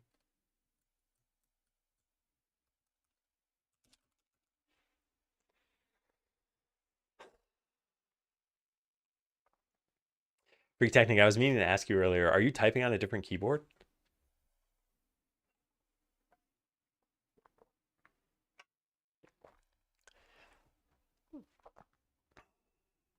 I'm just sort of bracing myself for this change. It's not even that hard to do. I don't know why I'm dragging my feet on this. I think we have to change this to be called warehouse sign. Or no, sorry, we need to make a class that extends from this. Input's really glitchy. I see. I see.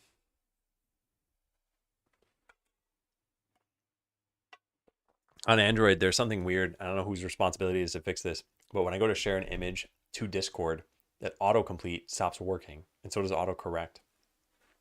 What engine am I using? I'm using Godot. Welcome in, Lily. All right, well, I guess I should stop dragging my feet. Do we need another class here? Yeah, probably. Okay. Well, let's do it.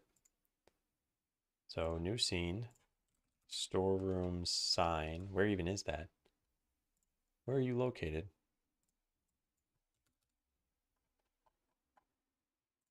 You are inside scenes? You're not in town? That's unusual, but okay. All right, so save this as warehouse sign. Now we got to do the same treatment we did over here, which is make a new class, warehouse sign. And go split this properly.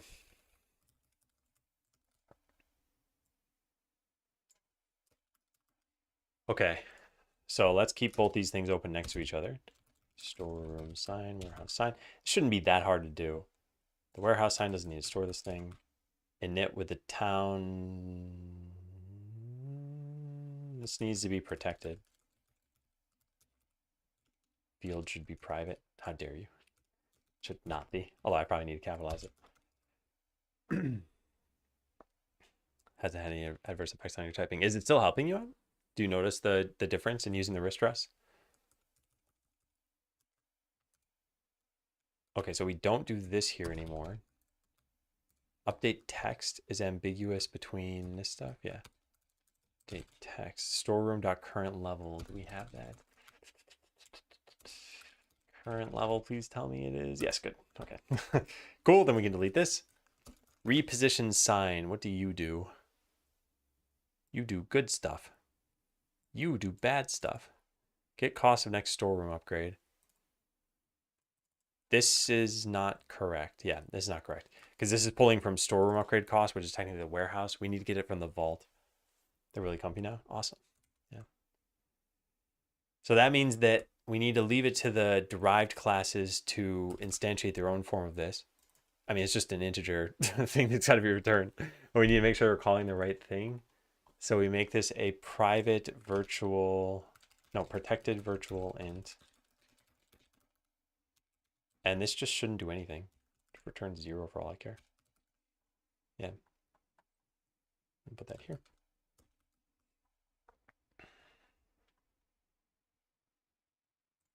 Okay. Already confusing to see it. Yeah. It's, I've got to fix that. Definitely. Why is this a problem now? No suitable method found to override. What? Oh, this doesn't inherit from the right thing. Oh, this is a warehouse sign. Init hides the inherited thing based on init. Do not prefix calls unless a local implementation exists. Why is this hiding an inherited thing then? The storeroom sign has it? Yes, it does.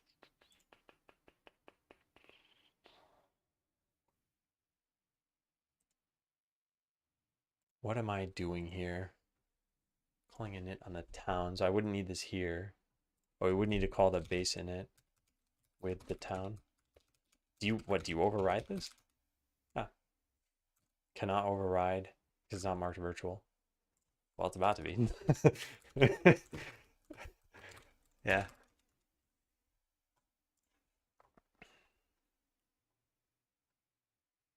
Instance on build. Do I even need these? I need to change the text on it. That's for sure.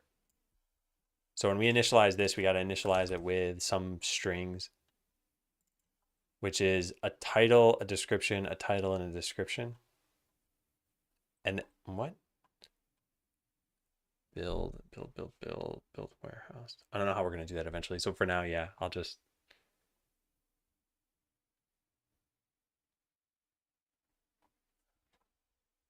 Okay, we need some form of. We need some string bundle here.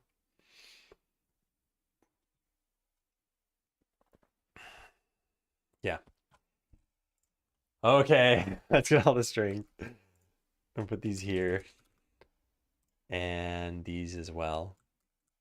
And is it update text on what? The sign itself? Ugh. Okay, so we have a... Oh, I'm trying to come up with variable names. I don't even need to do that right now. All right, we're going to call it build sign text. Sign build text, sign add text. Then sign build dialog title, sign build dialog description, sign build dialog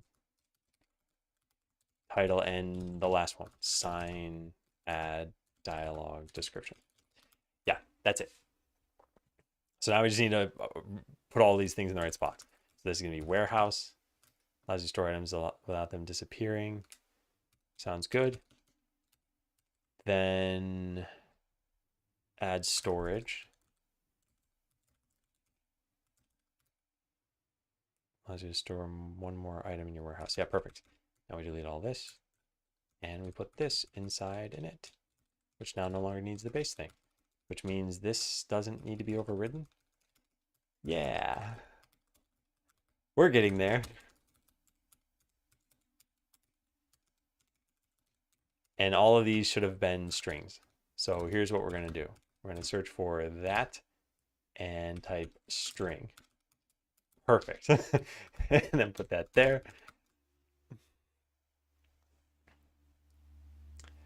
That call warehouse in it. This is going to call the storerooms in it because it's got that many arguments and it'll just handle overloading for us. Oh, wait. Oh, you're responding to dark. Never mind. Sorry. I always miss that. Okay, now we need to store all these. Ho, ho, ho.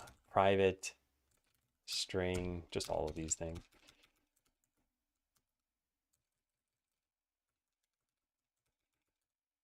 Oops. Okay. I guess technically we need to make sure all these are not actually null. Protected comes before private? Oh, yeah, it does. Sure. And then save all those. That's what I want to do. Just set these equal to these. And now we need to use them in the right spots. So the build text is here. The add text is here. Then the dialog, this one goes here. This goes here. This goes here. This goes here. Why is pacing laggy? Never seen that before. All right. So I think the game should work exactly how it just did, and we won't have fixed anything just yet.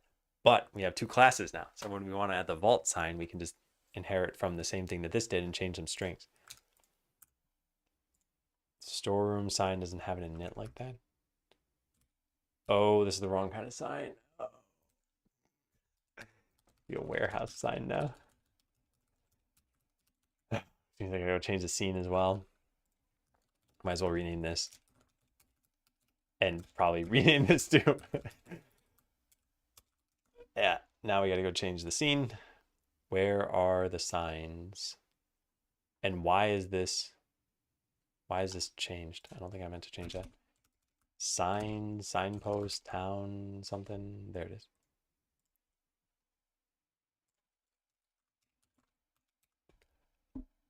Okay. Actually, I don't know what I'm doing right now. we don't need to do anything. There. Does it work?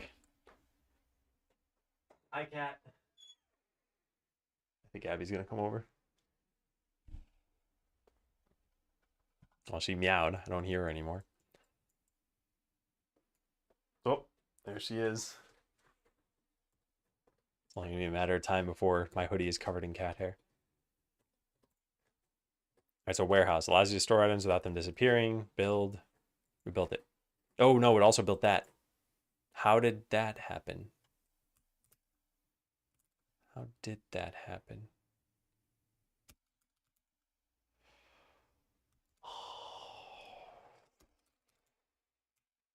Town to upgrade storeroom. Does this upgrade both of them? What? Oh, are both things listening to this? Oh my god. They are. Ah, drat. That's why we should rename this. Okay, so this should not be happening. And then this needs to be made. Oh, that's already public. Okay, fine. So this needs to go into the warehouse. And this is going to modify init. And then I guess we don't need the town here. Oh, this is changing everything.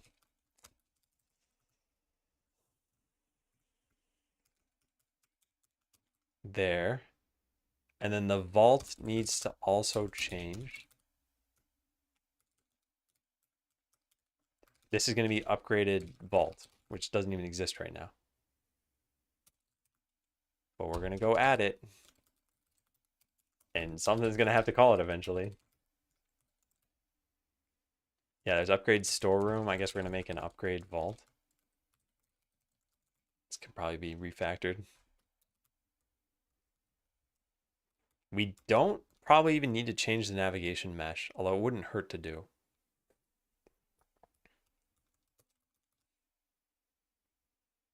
All right, now nothing's calling this because we don't have the sign. So let's go add the sign. New scene, the sign scene, so that we can stay sane. And then instantiate the storeroom sign, but call it the vault sign. And then save this as vault sign and put that over here.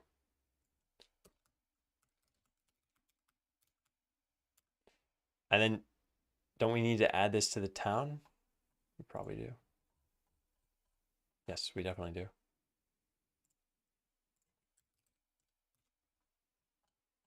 All right, just put you over there in the middle of the forest. I don't know. We'll worry about that later.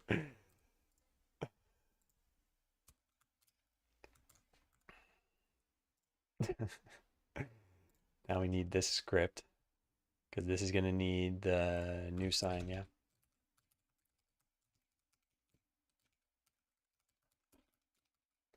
Why is this not found? Because I never renamed this. All right, what are the strings? Build vault. Vault allows you to store items that your workers can't access. So what's that E doing there? Store age. Add storage allows you to store one more item in your vault. Yep.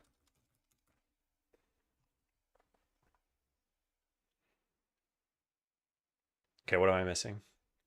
I'm missing this is not being set. You have a worker can't access it, who can? And it's especially confusing because you're supposed to be the skeleton. So you are both the skeleton and the player. Store edge and store corner. Store age and store years. So warehouse sign, vault sign. And then do we do anything with this? We hide it. So hide this one too. I guess initialize this one too. Vault sign. Anywhere else? Show all remaining signs. What even calls this? This is when you get enough money, I think. Yeah. All right, this is pretty much a debug function. Not exactly. It's just we don't have any other way of doing this in the game right now. And that's it. Yeah, let's try it out. Should be able to fully upgrade the vault now right from... Oh, wait, we have one more problem. Two more problems.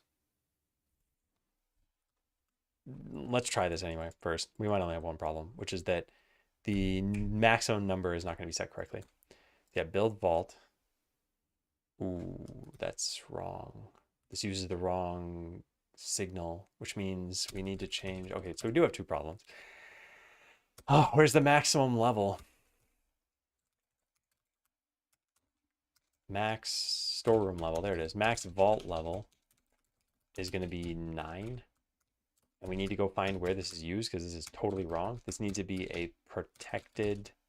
Oh, wait, this can't be protected. This needs to be public virtual bool return who cares what. And then override it in the vault in the warehouse. Okay, public override. What was it called? I don't remember what it's called. Has reached max level.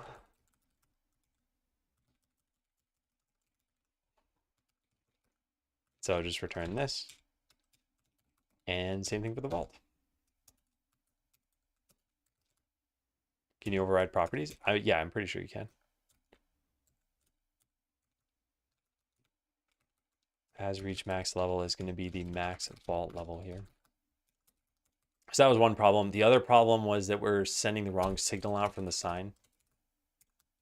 So there's an invoke in here or a town dot. Oh yeah, this upgrade storeroom. That's what's wrong. This needs to be the upgrade function that's called. How is this even? How does this exist?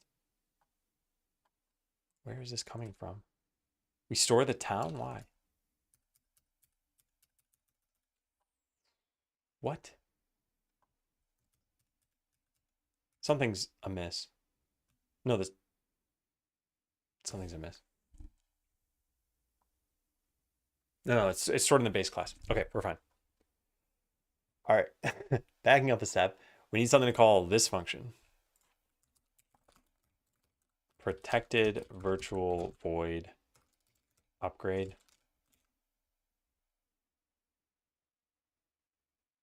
What's the thing we say? This method intentionally blank something. Method intentionally left empty, yeah.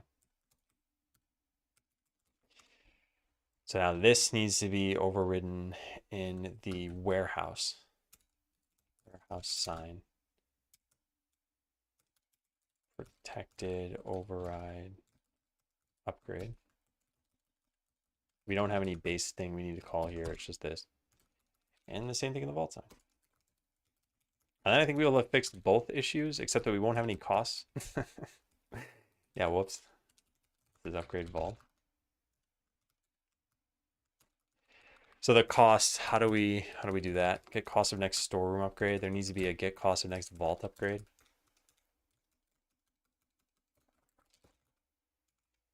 And we just get the cost over here. And then store them somewhere over here. And I don't really care what the numbers are, so let's set them on 1, 2, 3, 4, 5 for right now.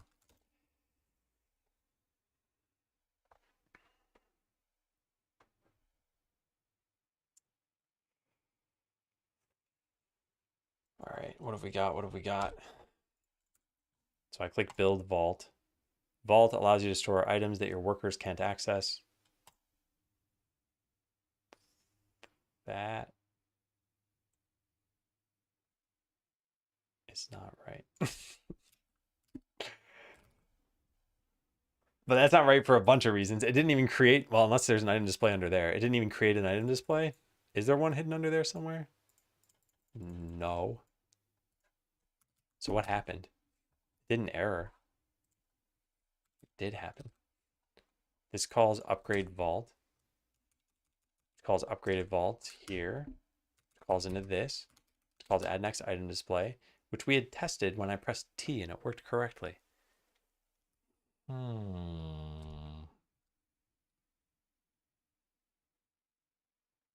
Did it add somewhere else in the town? Is there an item display somewhere? No, only the one in the shop. What? What?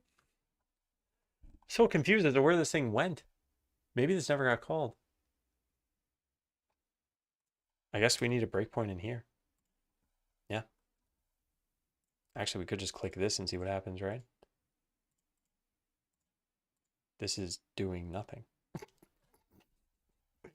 Okay, I suspect something is disconnected at an earlier level, but let's find out. Check the remote tree.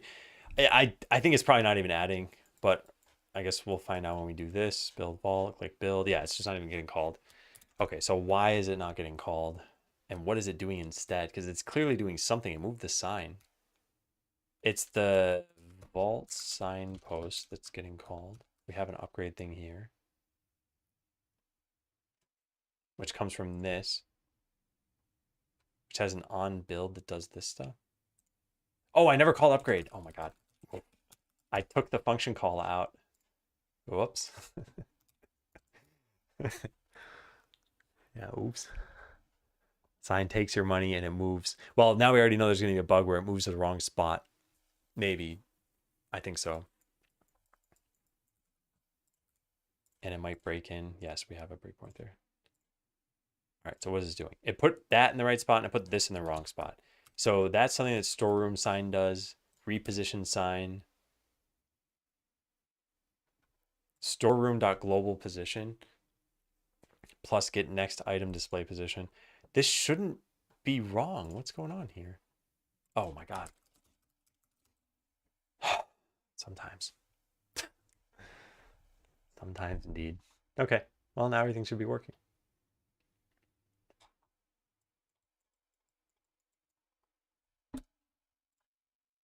Build vault. Yeah, nice. Allows you to store one more item in your vault. Yeah. The costs don't seem correct though. 13, 21, 30. Those are wrong. Those are definitely wrong. Because this is calling the wrong function. Oh, did I put this in the wrong spot? Nope. I just did never update this. Okay, now everything's gonna be fine.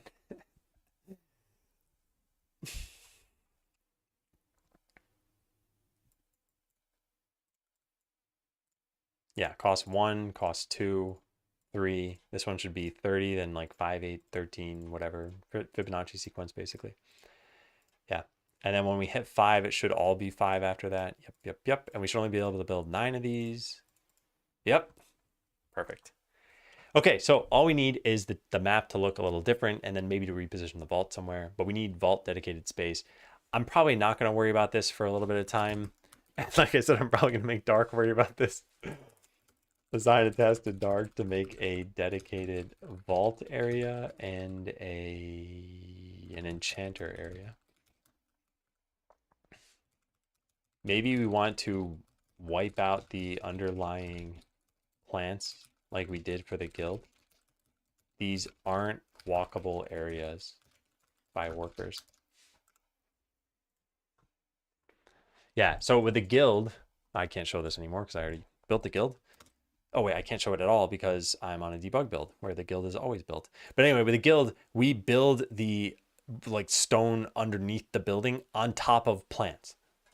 So we're wiping out the plants, and unlike what we're doing here we have the stone already. And I think this is okay to show that you're eventually going to be able to build here. And maybe we even have the sign from the beginning. But we need to do something here. I don't know what. All right, so what have we done? Upgrade this just like the warehouse. You can only store 9 items. And then increase the price to upgrade your warehouse and maybe even gate it on some other progression. I think we need to write that down somewhere. We gotta make a balance issue. Yeah, I'm gonna say balance for checkpoint number 4. Balance for checkpoint number 4. So make sure upgrading the storeroom, make sure buying and upgrading the storeroom makes sense with respect to game progression. I still want you to be fighting. I still want you to have the risk of having items disappear on you. There's something else I gotta write with this. Oh yeah. Maybe you should have a maximum storeroom level that can be increased by beating a boss. Have a little victory dialogue first time you beat the boss, saying like +3 adventurer max level, +2 storeroom max storage, etc. House or building around the vault could be a nice touch and may have a similar effect. Ground layer mostly. Oh wait, but okay, I can potentially do this myself. I want to see if we're going to run into conflicts on the scenes we're modifying. Yeah. What storeroom? You mean warehouse? Actually, that's a good point. I really shouldn't have done that.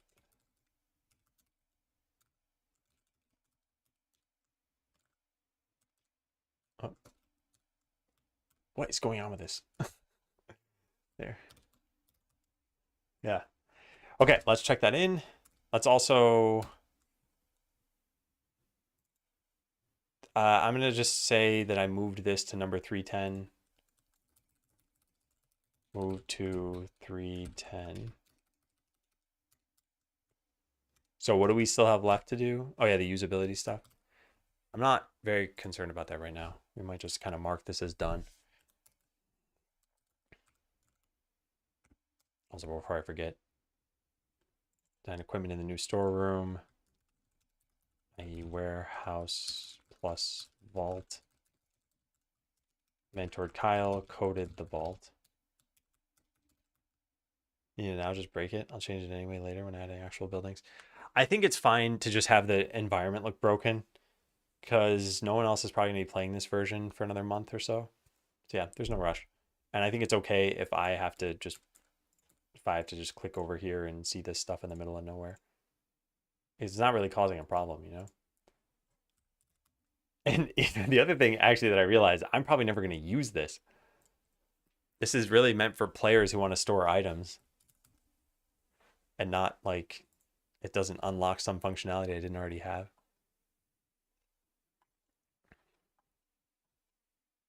Why is this? Oh yeah, we didn't rename this. Storeroom. What's going on? You can't close this dialogue.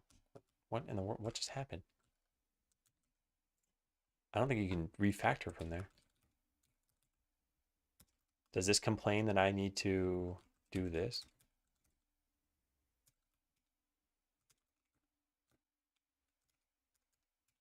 Maybe. Yeah, I think that's better. Let's make sure it still runs.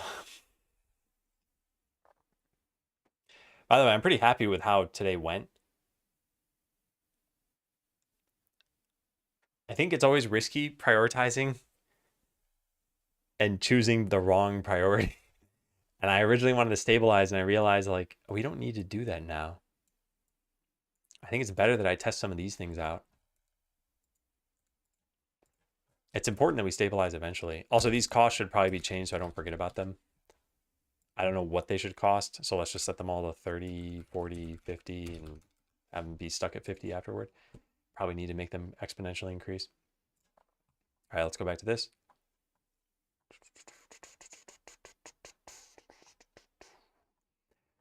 Yeah, I think most of this is fine. I don't like things like this.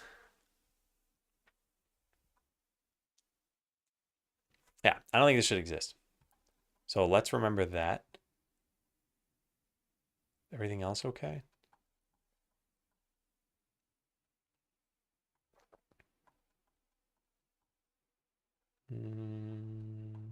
Yeah, pretty much. Okay, so what is that? Upgrade vault? Yeah, these two functions should be merged. But how do we do that? Public void upgrade storeroom, storeroom, storeroom. All right, we just pretty much want to call this.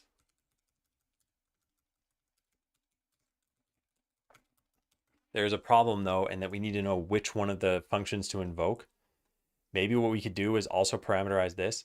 The more I think about this, the more I think this should be done in a separate commit so I don't break anything. So let's just check in what I've done. Add, what was the last commit message? Git log -1, add the vault, allow upgrading the vault. Yeah. Okay, now let's refactor this function.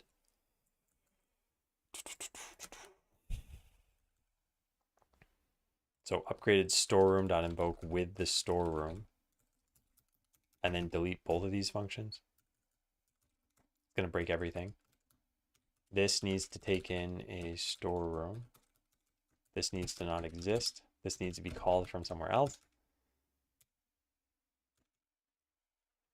So what we want to do here is put this back in the base class. How fun. How just absolutely fun.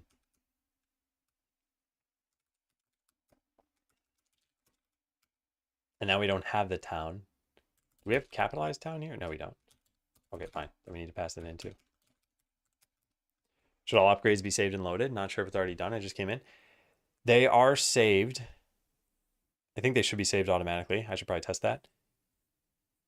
But not all saving and loading is working. So this stuff is saving correctly. Also, welcome in for today. What is going on here? Doesn't like that. All right, so this should be upgraded storeroom. Next item display. So we're going to put this here. Oh, that didn't work. And this is going to now take in a storeroom. And we need to check to see if that's equal to the one that we have. Yeah. Just see if you upgraded the right one, basically. Now there's still an error somewhere. I think I didn't upgrade or I didn't change the init function of this. Yeah, this should just pass in the town. Then don't do anything here. And then there's one other problem. We still wait for upgrade vault. Vault sign. This isn't going to exist anymore. We just need the storeroom. We have it. Yeah, so delete this. Well, this is a much smarter way of doing things. We had a lot of duplicated code and we have a common base class, so we might as well have used the common base class, and now I'm using it. So now upgrade is no longer virtual. In fact, it's not even protected. It's private. And we call town.upgrade. Wait, which one of these we call? This one, I think. All right, this might fail to build. I might have left something somewhere. Something about upgrading the vault. Maybe not. Maybe I did. But let's test this out. Yeah, what's going wrong here? Upgrade storeroom. Oh, this is supposed to upgrade the warehouse. It's not called the warehouse. I am gonna forever kick myself for just not changing this sooner. It's not even called the storeroom. What's going on? Oh, it is called a storeroom. Why isn't this working then? I think it's just going nuts. It's a spurious red underline. Yeah. All right, so is it working? So far, so good. Yeah, looks good. What about this one? Yeah, looks good. Cool. So if I save and load, it should load with 3 and 4. Yes, and we'll test that from a blank slate.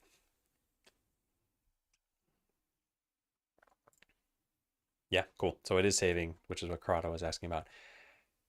And I always like these commits because you look and you see generally a lot of red, at least red overall, not there. But yeah, town, we got rid of a duplicated function.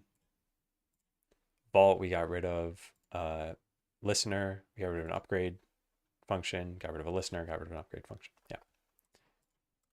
Refactor common storeroom code. And now for the thing that I have been wanting to do and just haven't done is to rename storeroom warehouse. And then rename storeroom level warehouse level. And then search for the word storeroom and just see how many places it exists in, which should probably be changed now. That one's good. That's good. That's good. Good. That technically should be renamed, but it really, really doesn't matter. There's a wander region somewhere. Where are they? Here it is, storeroom. We call this warehouse now. I don't think the name is used anywhere. Okay, so we can delete that. These don't matter. This stuff should be changed. Max warehouse level. Where the search results go. Here. And storeroom upgrade costs. Warehouse upgrade costs. Now this is used in a class that has probably the wrong function name now. Yep.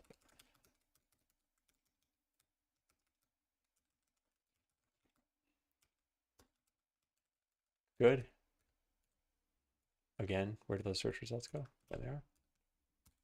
And close the other tab so I don't need to keep hunting it down. All right, so that's done. Storeroom component. Oh, God. It can't be called a storeroom component anymore.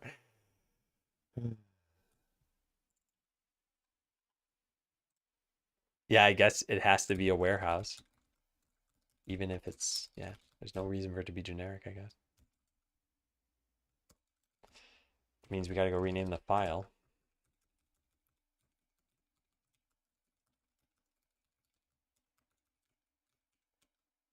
Ooh, this did not get renamed.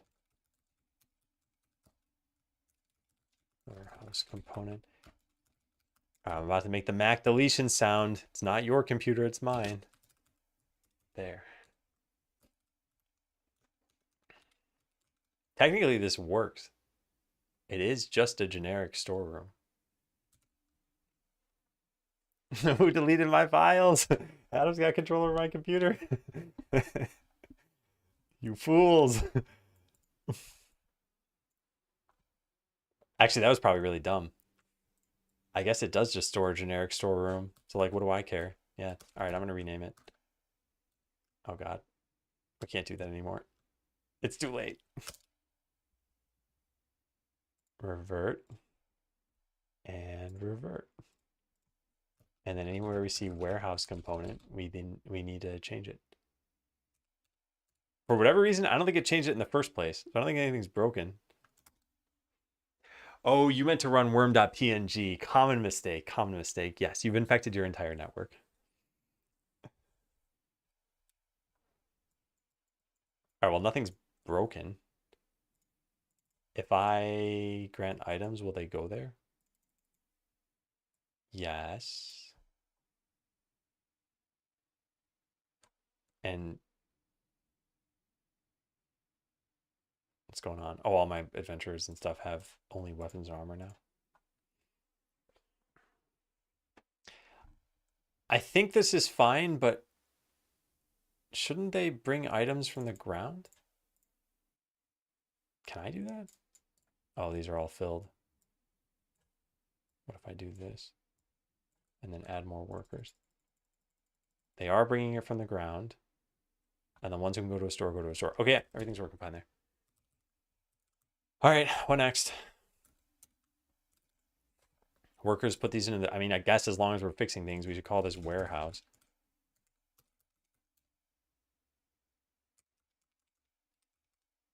There are only 2 right now. We're adding a source type, item source.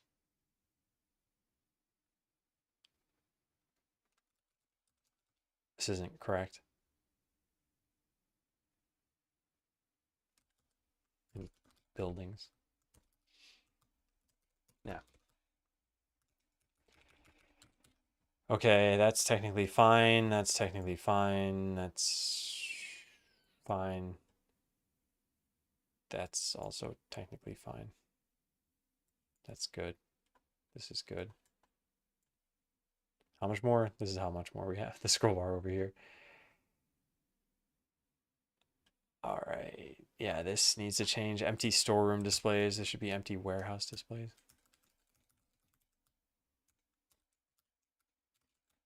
I did it in the next one. Any others? Storeroom display.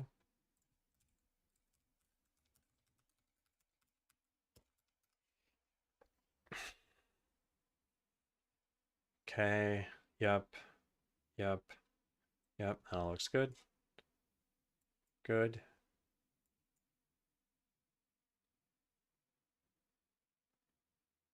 That's not smart. Yeah, this should be get cost of next upgrade.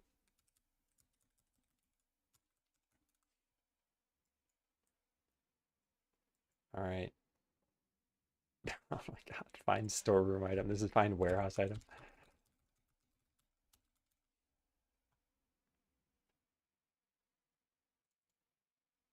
What's this?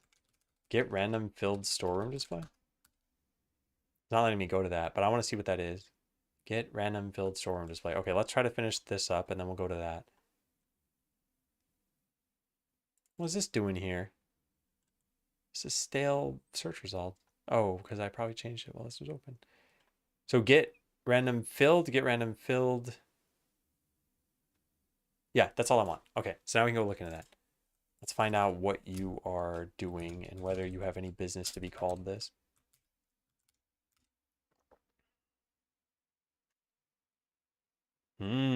Technically it is just a storeroom, so this is fine. Okay, cool. Well, let's run it one more time. Uh-oh. Get cost of next upgrade.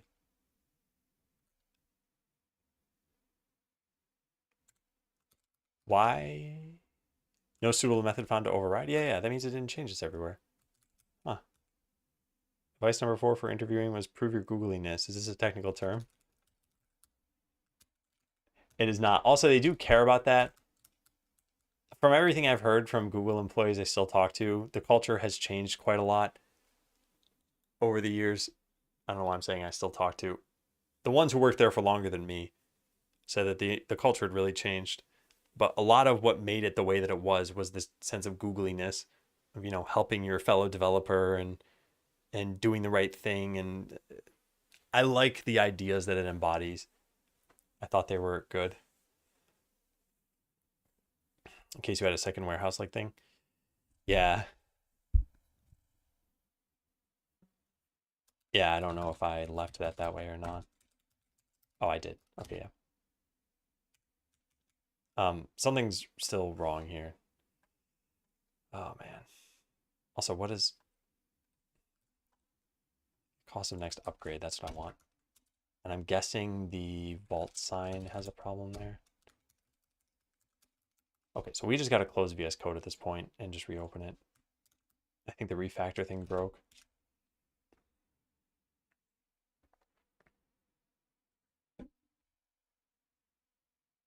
Sign in to use your Visual Studio subscription benefits. What? Does Google Highness? Why Godot over Unity?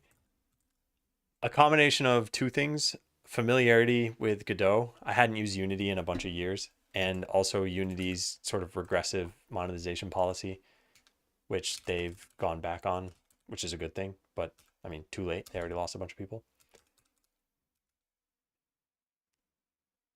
All right, that should fix that.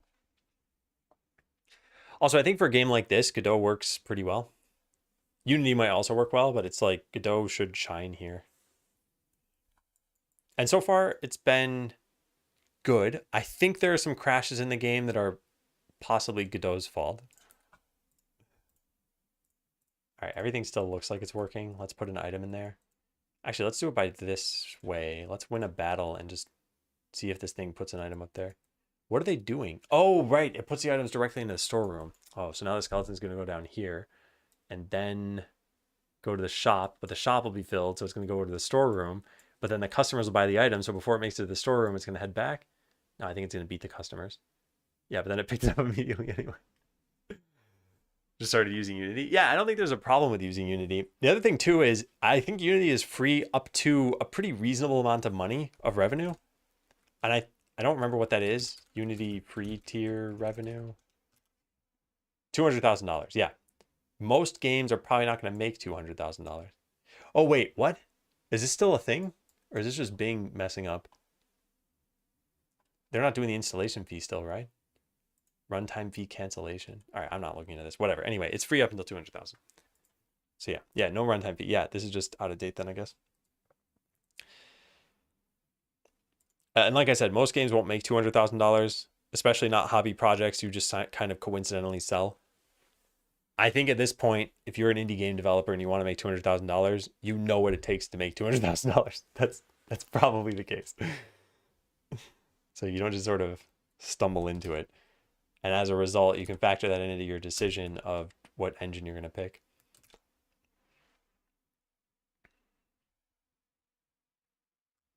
Yeah. All right, so all we did, hopefully, is change a bunch of names. So this should be a very easy commit to look through, because we should just see the word storeroom change to warehouse most of the places. Yeah, I don't think I even changed any logic, did I? No. And if it built, honestly, that's probably the best proof that we did this correctly. So rename storeroom to warehouse in code. There are still some... I'm not going to write a comment for this. I'm getting very hungry, by the way.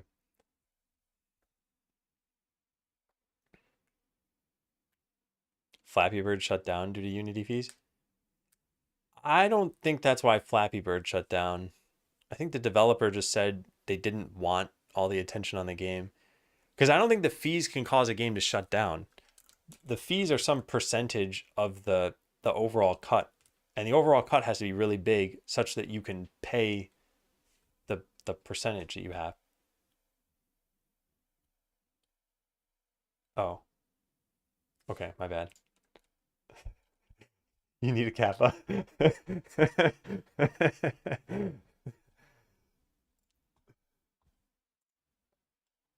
All right. This is done. So now the usability things, a right-click menu for items and a short grace period for when the item hits the warehouse where only you can interact with it. I think this would be a good change. I don't think they're worth doing now, though, so I'm just going to file it somewhere else. Item usability issues. Is this a solo project? No. Most of your questions so far, by the way, would be answered by the FAQ at this point. So I do recommend taking a quick look through this just to see if your question is answered. I'm not upset. I'm not trying to, admonish you or anything. It's just a, hey, there's a reference that might help you out. And there might be information there you're not even aware right now that you want to know, but then you might be interested in finding out.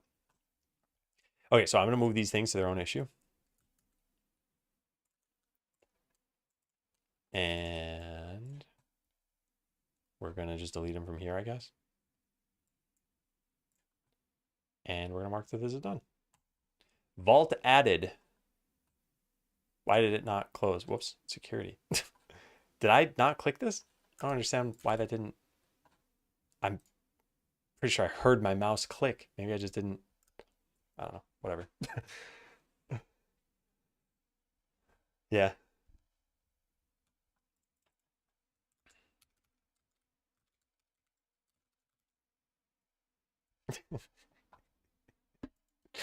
God, what a goofy video.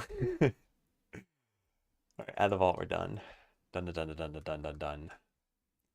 Okay, so in Skell design, we had a whole bunch of things here. I should probably keep track of the changelog as I go. Where in the world? Checkpoint number 4. Yeah. This is just a blank list.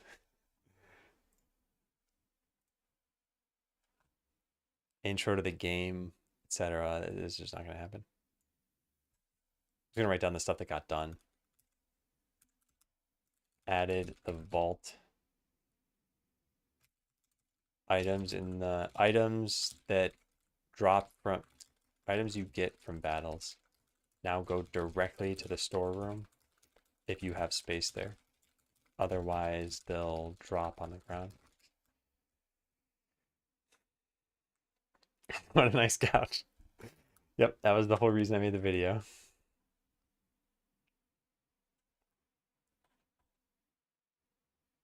Oh, we did this. We need to do this at some point. Put this in checkpoint number 4. So yeah, I think equipment would be next. I think that's what we start on Wednesday. When's the next mentoring session? October 9th. So yeah, we got some runway.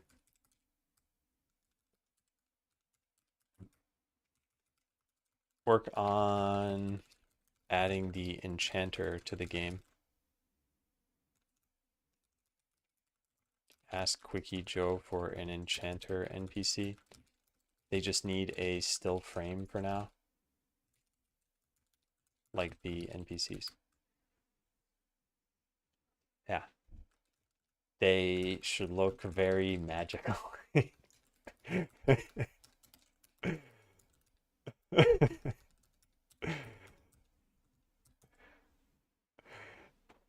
If we weren't already using the mage as the mage, I think they'd be pretty good as the enchanter. They look very magical.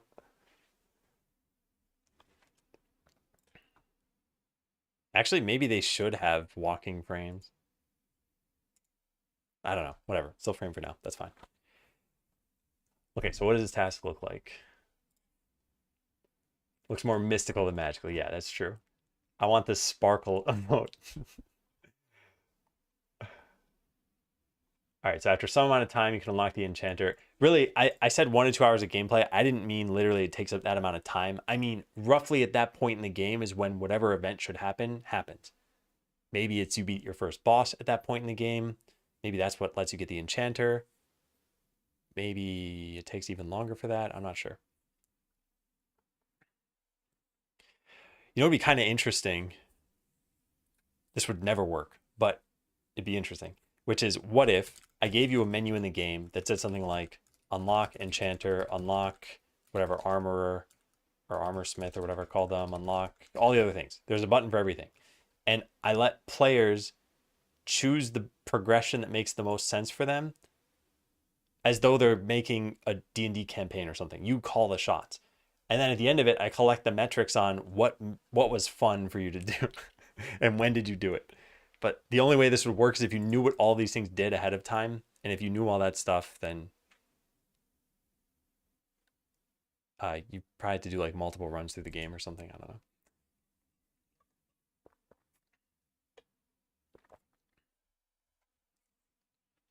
Not sure if Google's right about that. Well, now who wants a kappa at the end of their messages?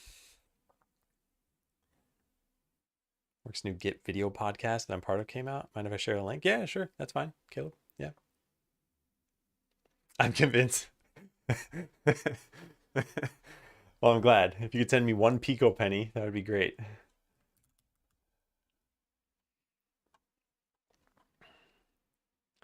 I need tooltips even when they're on the ground. Design some player-wide skills around equipment. This can be done later. Just drag this to the bottom for right now. What else? Drag this into the slot to fill it. Affect battle. Yeah, this will probably take at least 2 days to do.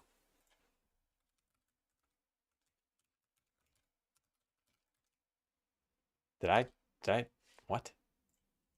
I don't know what I just did. Will take at least a few days.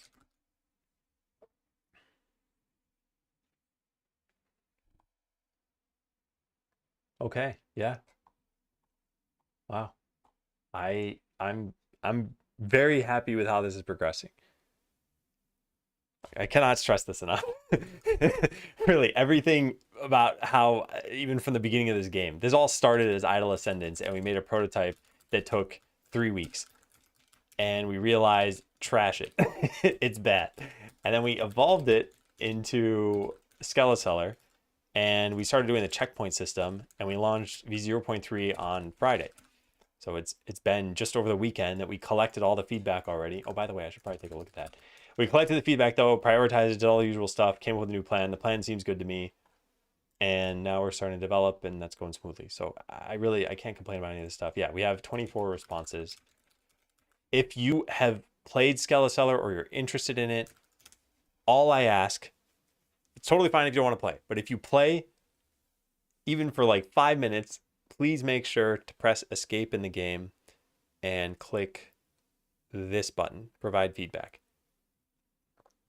It's less important now that we got 24 responses, and I'm pretty certain that the way we're proceeding is good, but it definitely helps if you provide feedback. Also, for those who have a Steam account and haven't clicked this link already, it's on Steam. I'm even streaming there, although I stopped opening the chat because I just figured who's even watching this. Apparently it has 4 people, so I don't know who's on there, but hi. Hi, everyone. I don't know what account I'd be posting from, so I'm just not going to say hi. Is there a way to see who's watching? Can I click this? Can I? I'm wary about clicking any of these other links right now. I have no idea. I don't know who would have even found the stream. I wonder if this is somehow gracing someone's front page on Steam and they're like, yeah, I'll watch this person and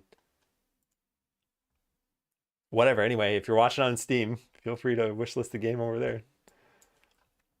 I'm going to go find someone to raid on Twitch. Do we get a Pico dollar for filing that, though? I could use a new car. Do you know how many Pico dollars it takes to buy a car? Quite a lot. You're going to need macro transactions. Whoops. All right, let's go find someone to raid. But yeah, it's been a good stream. I am a happy camper.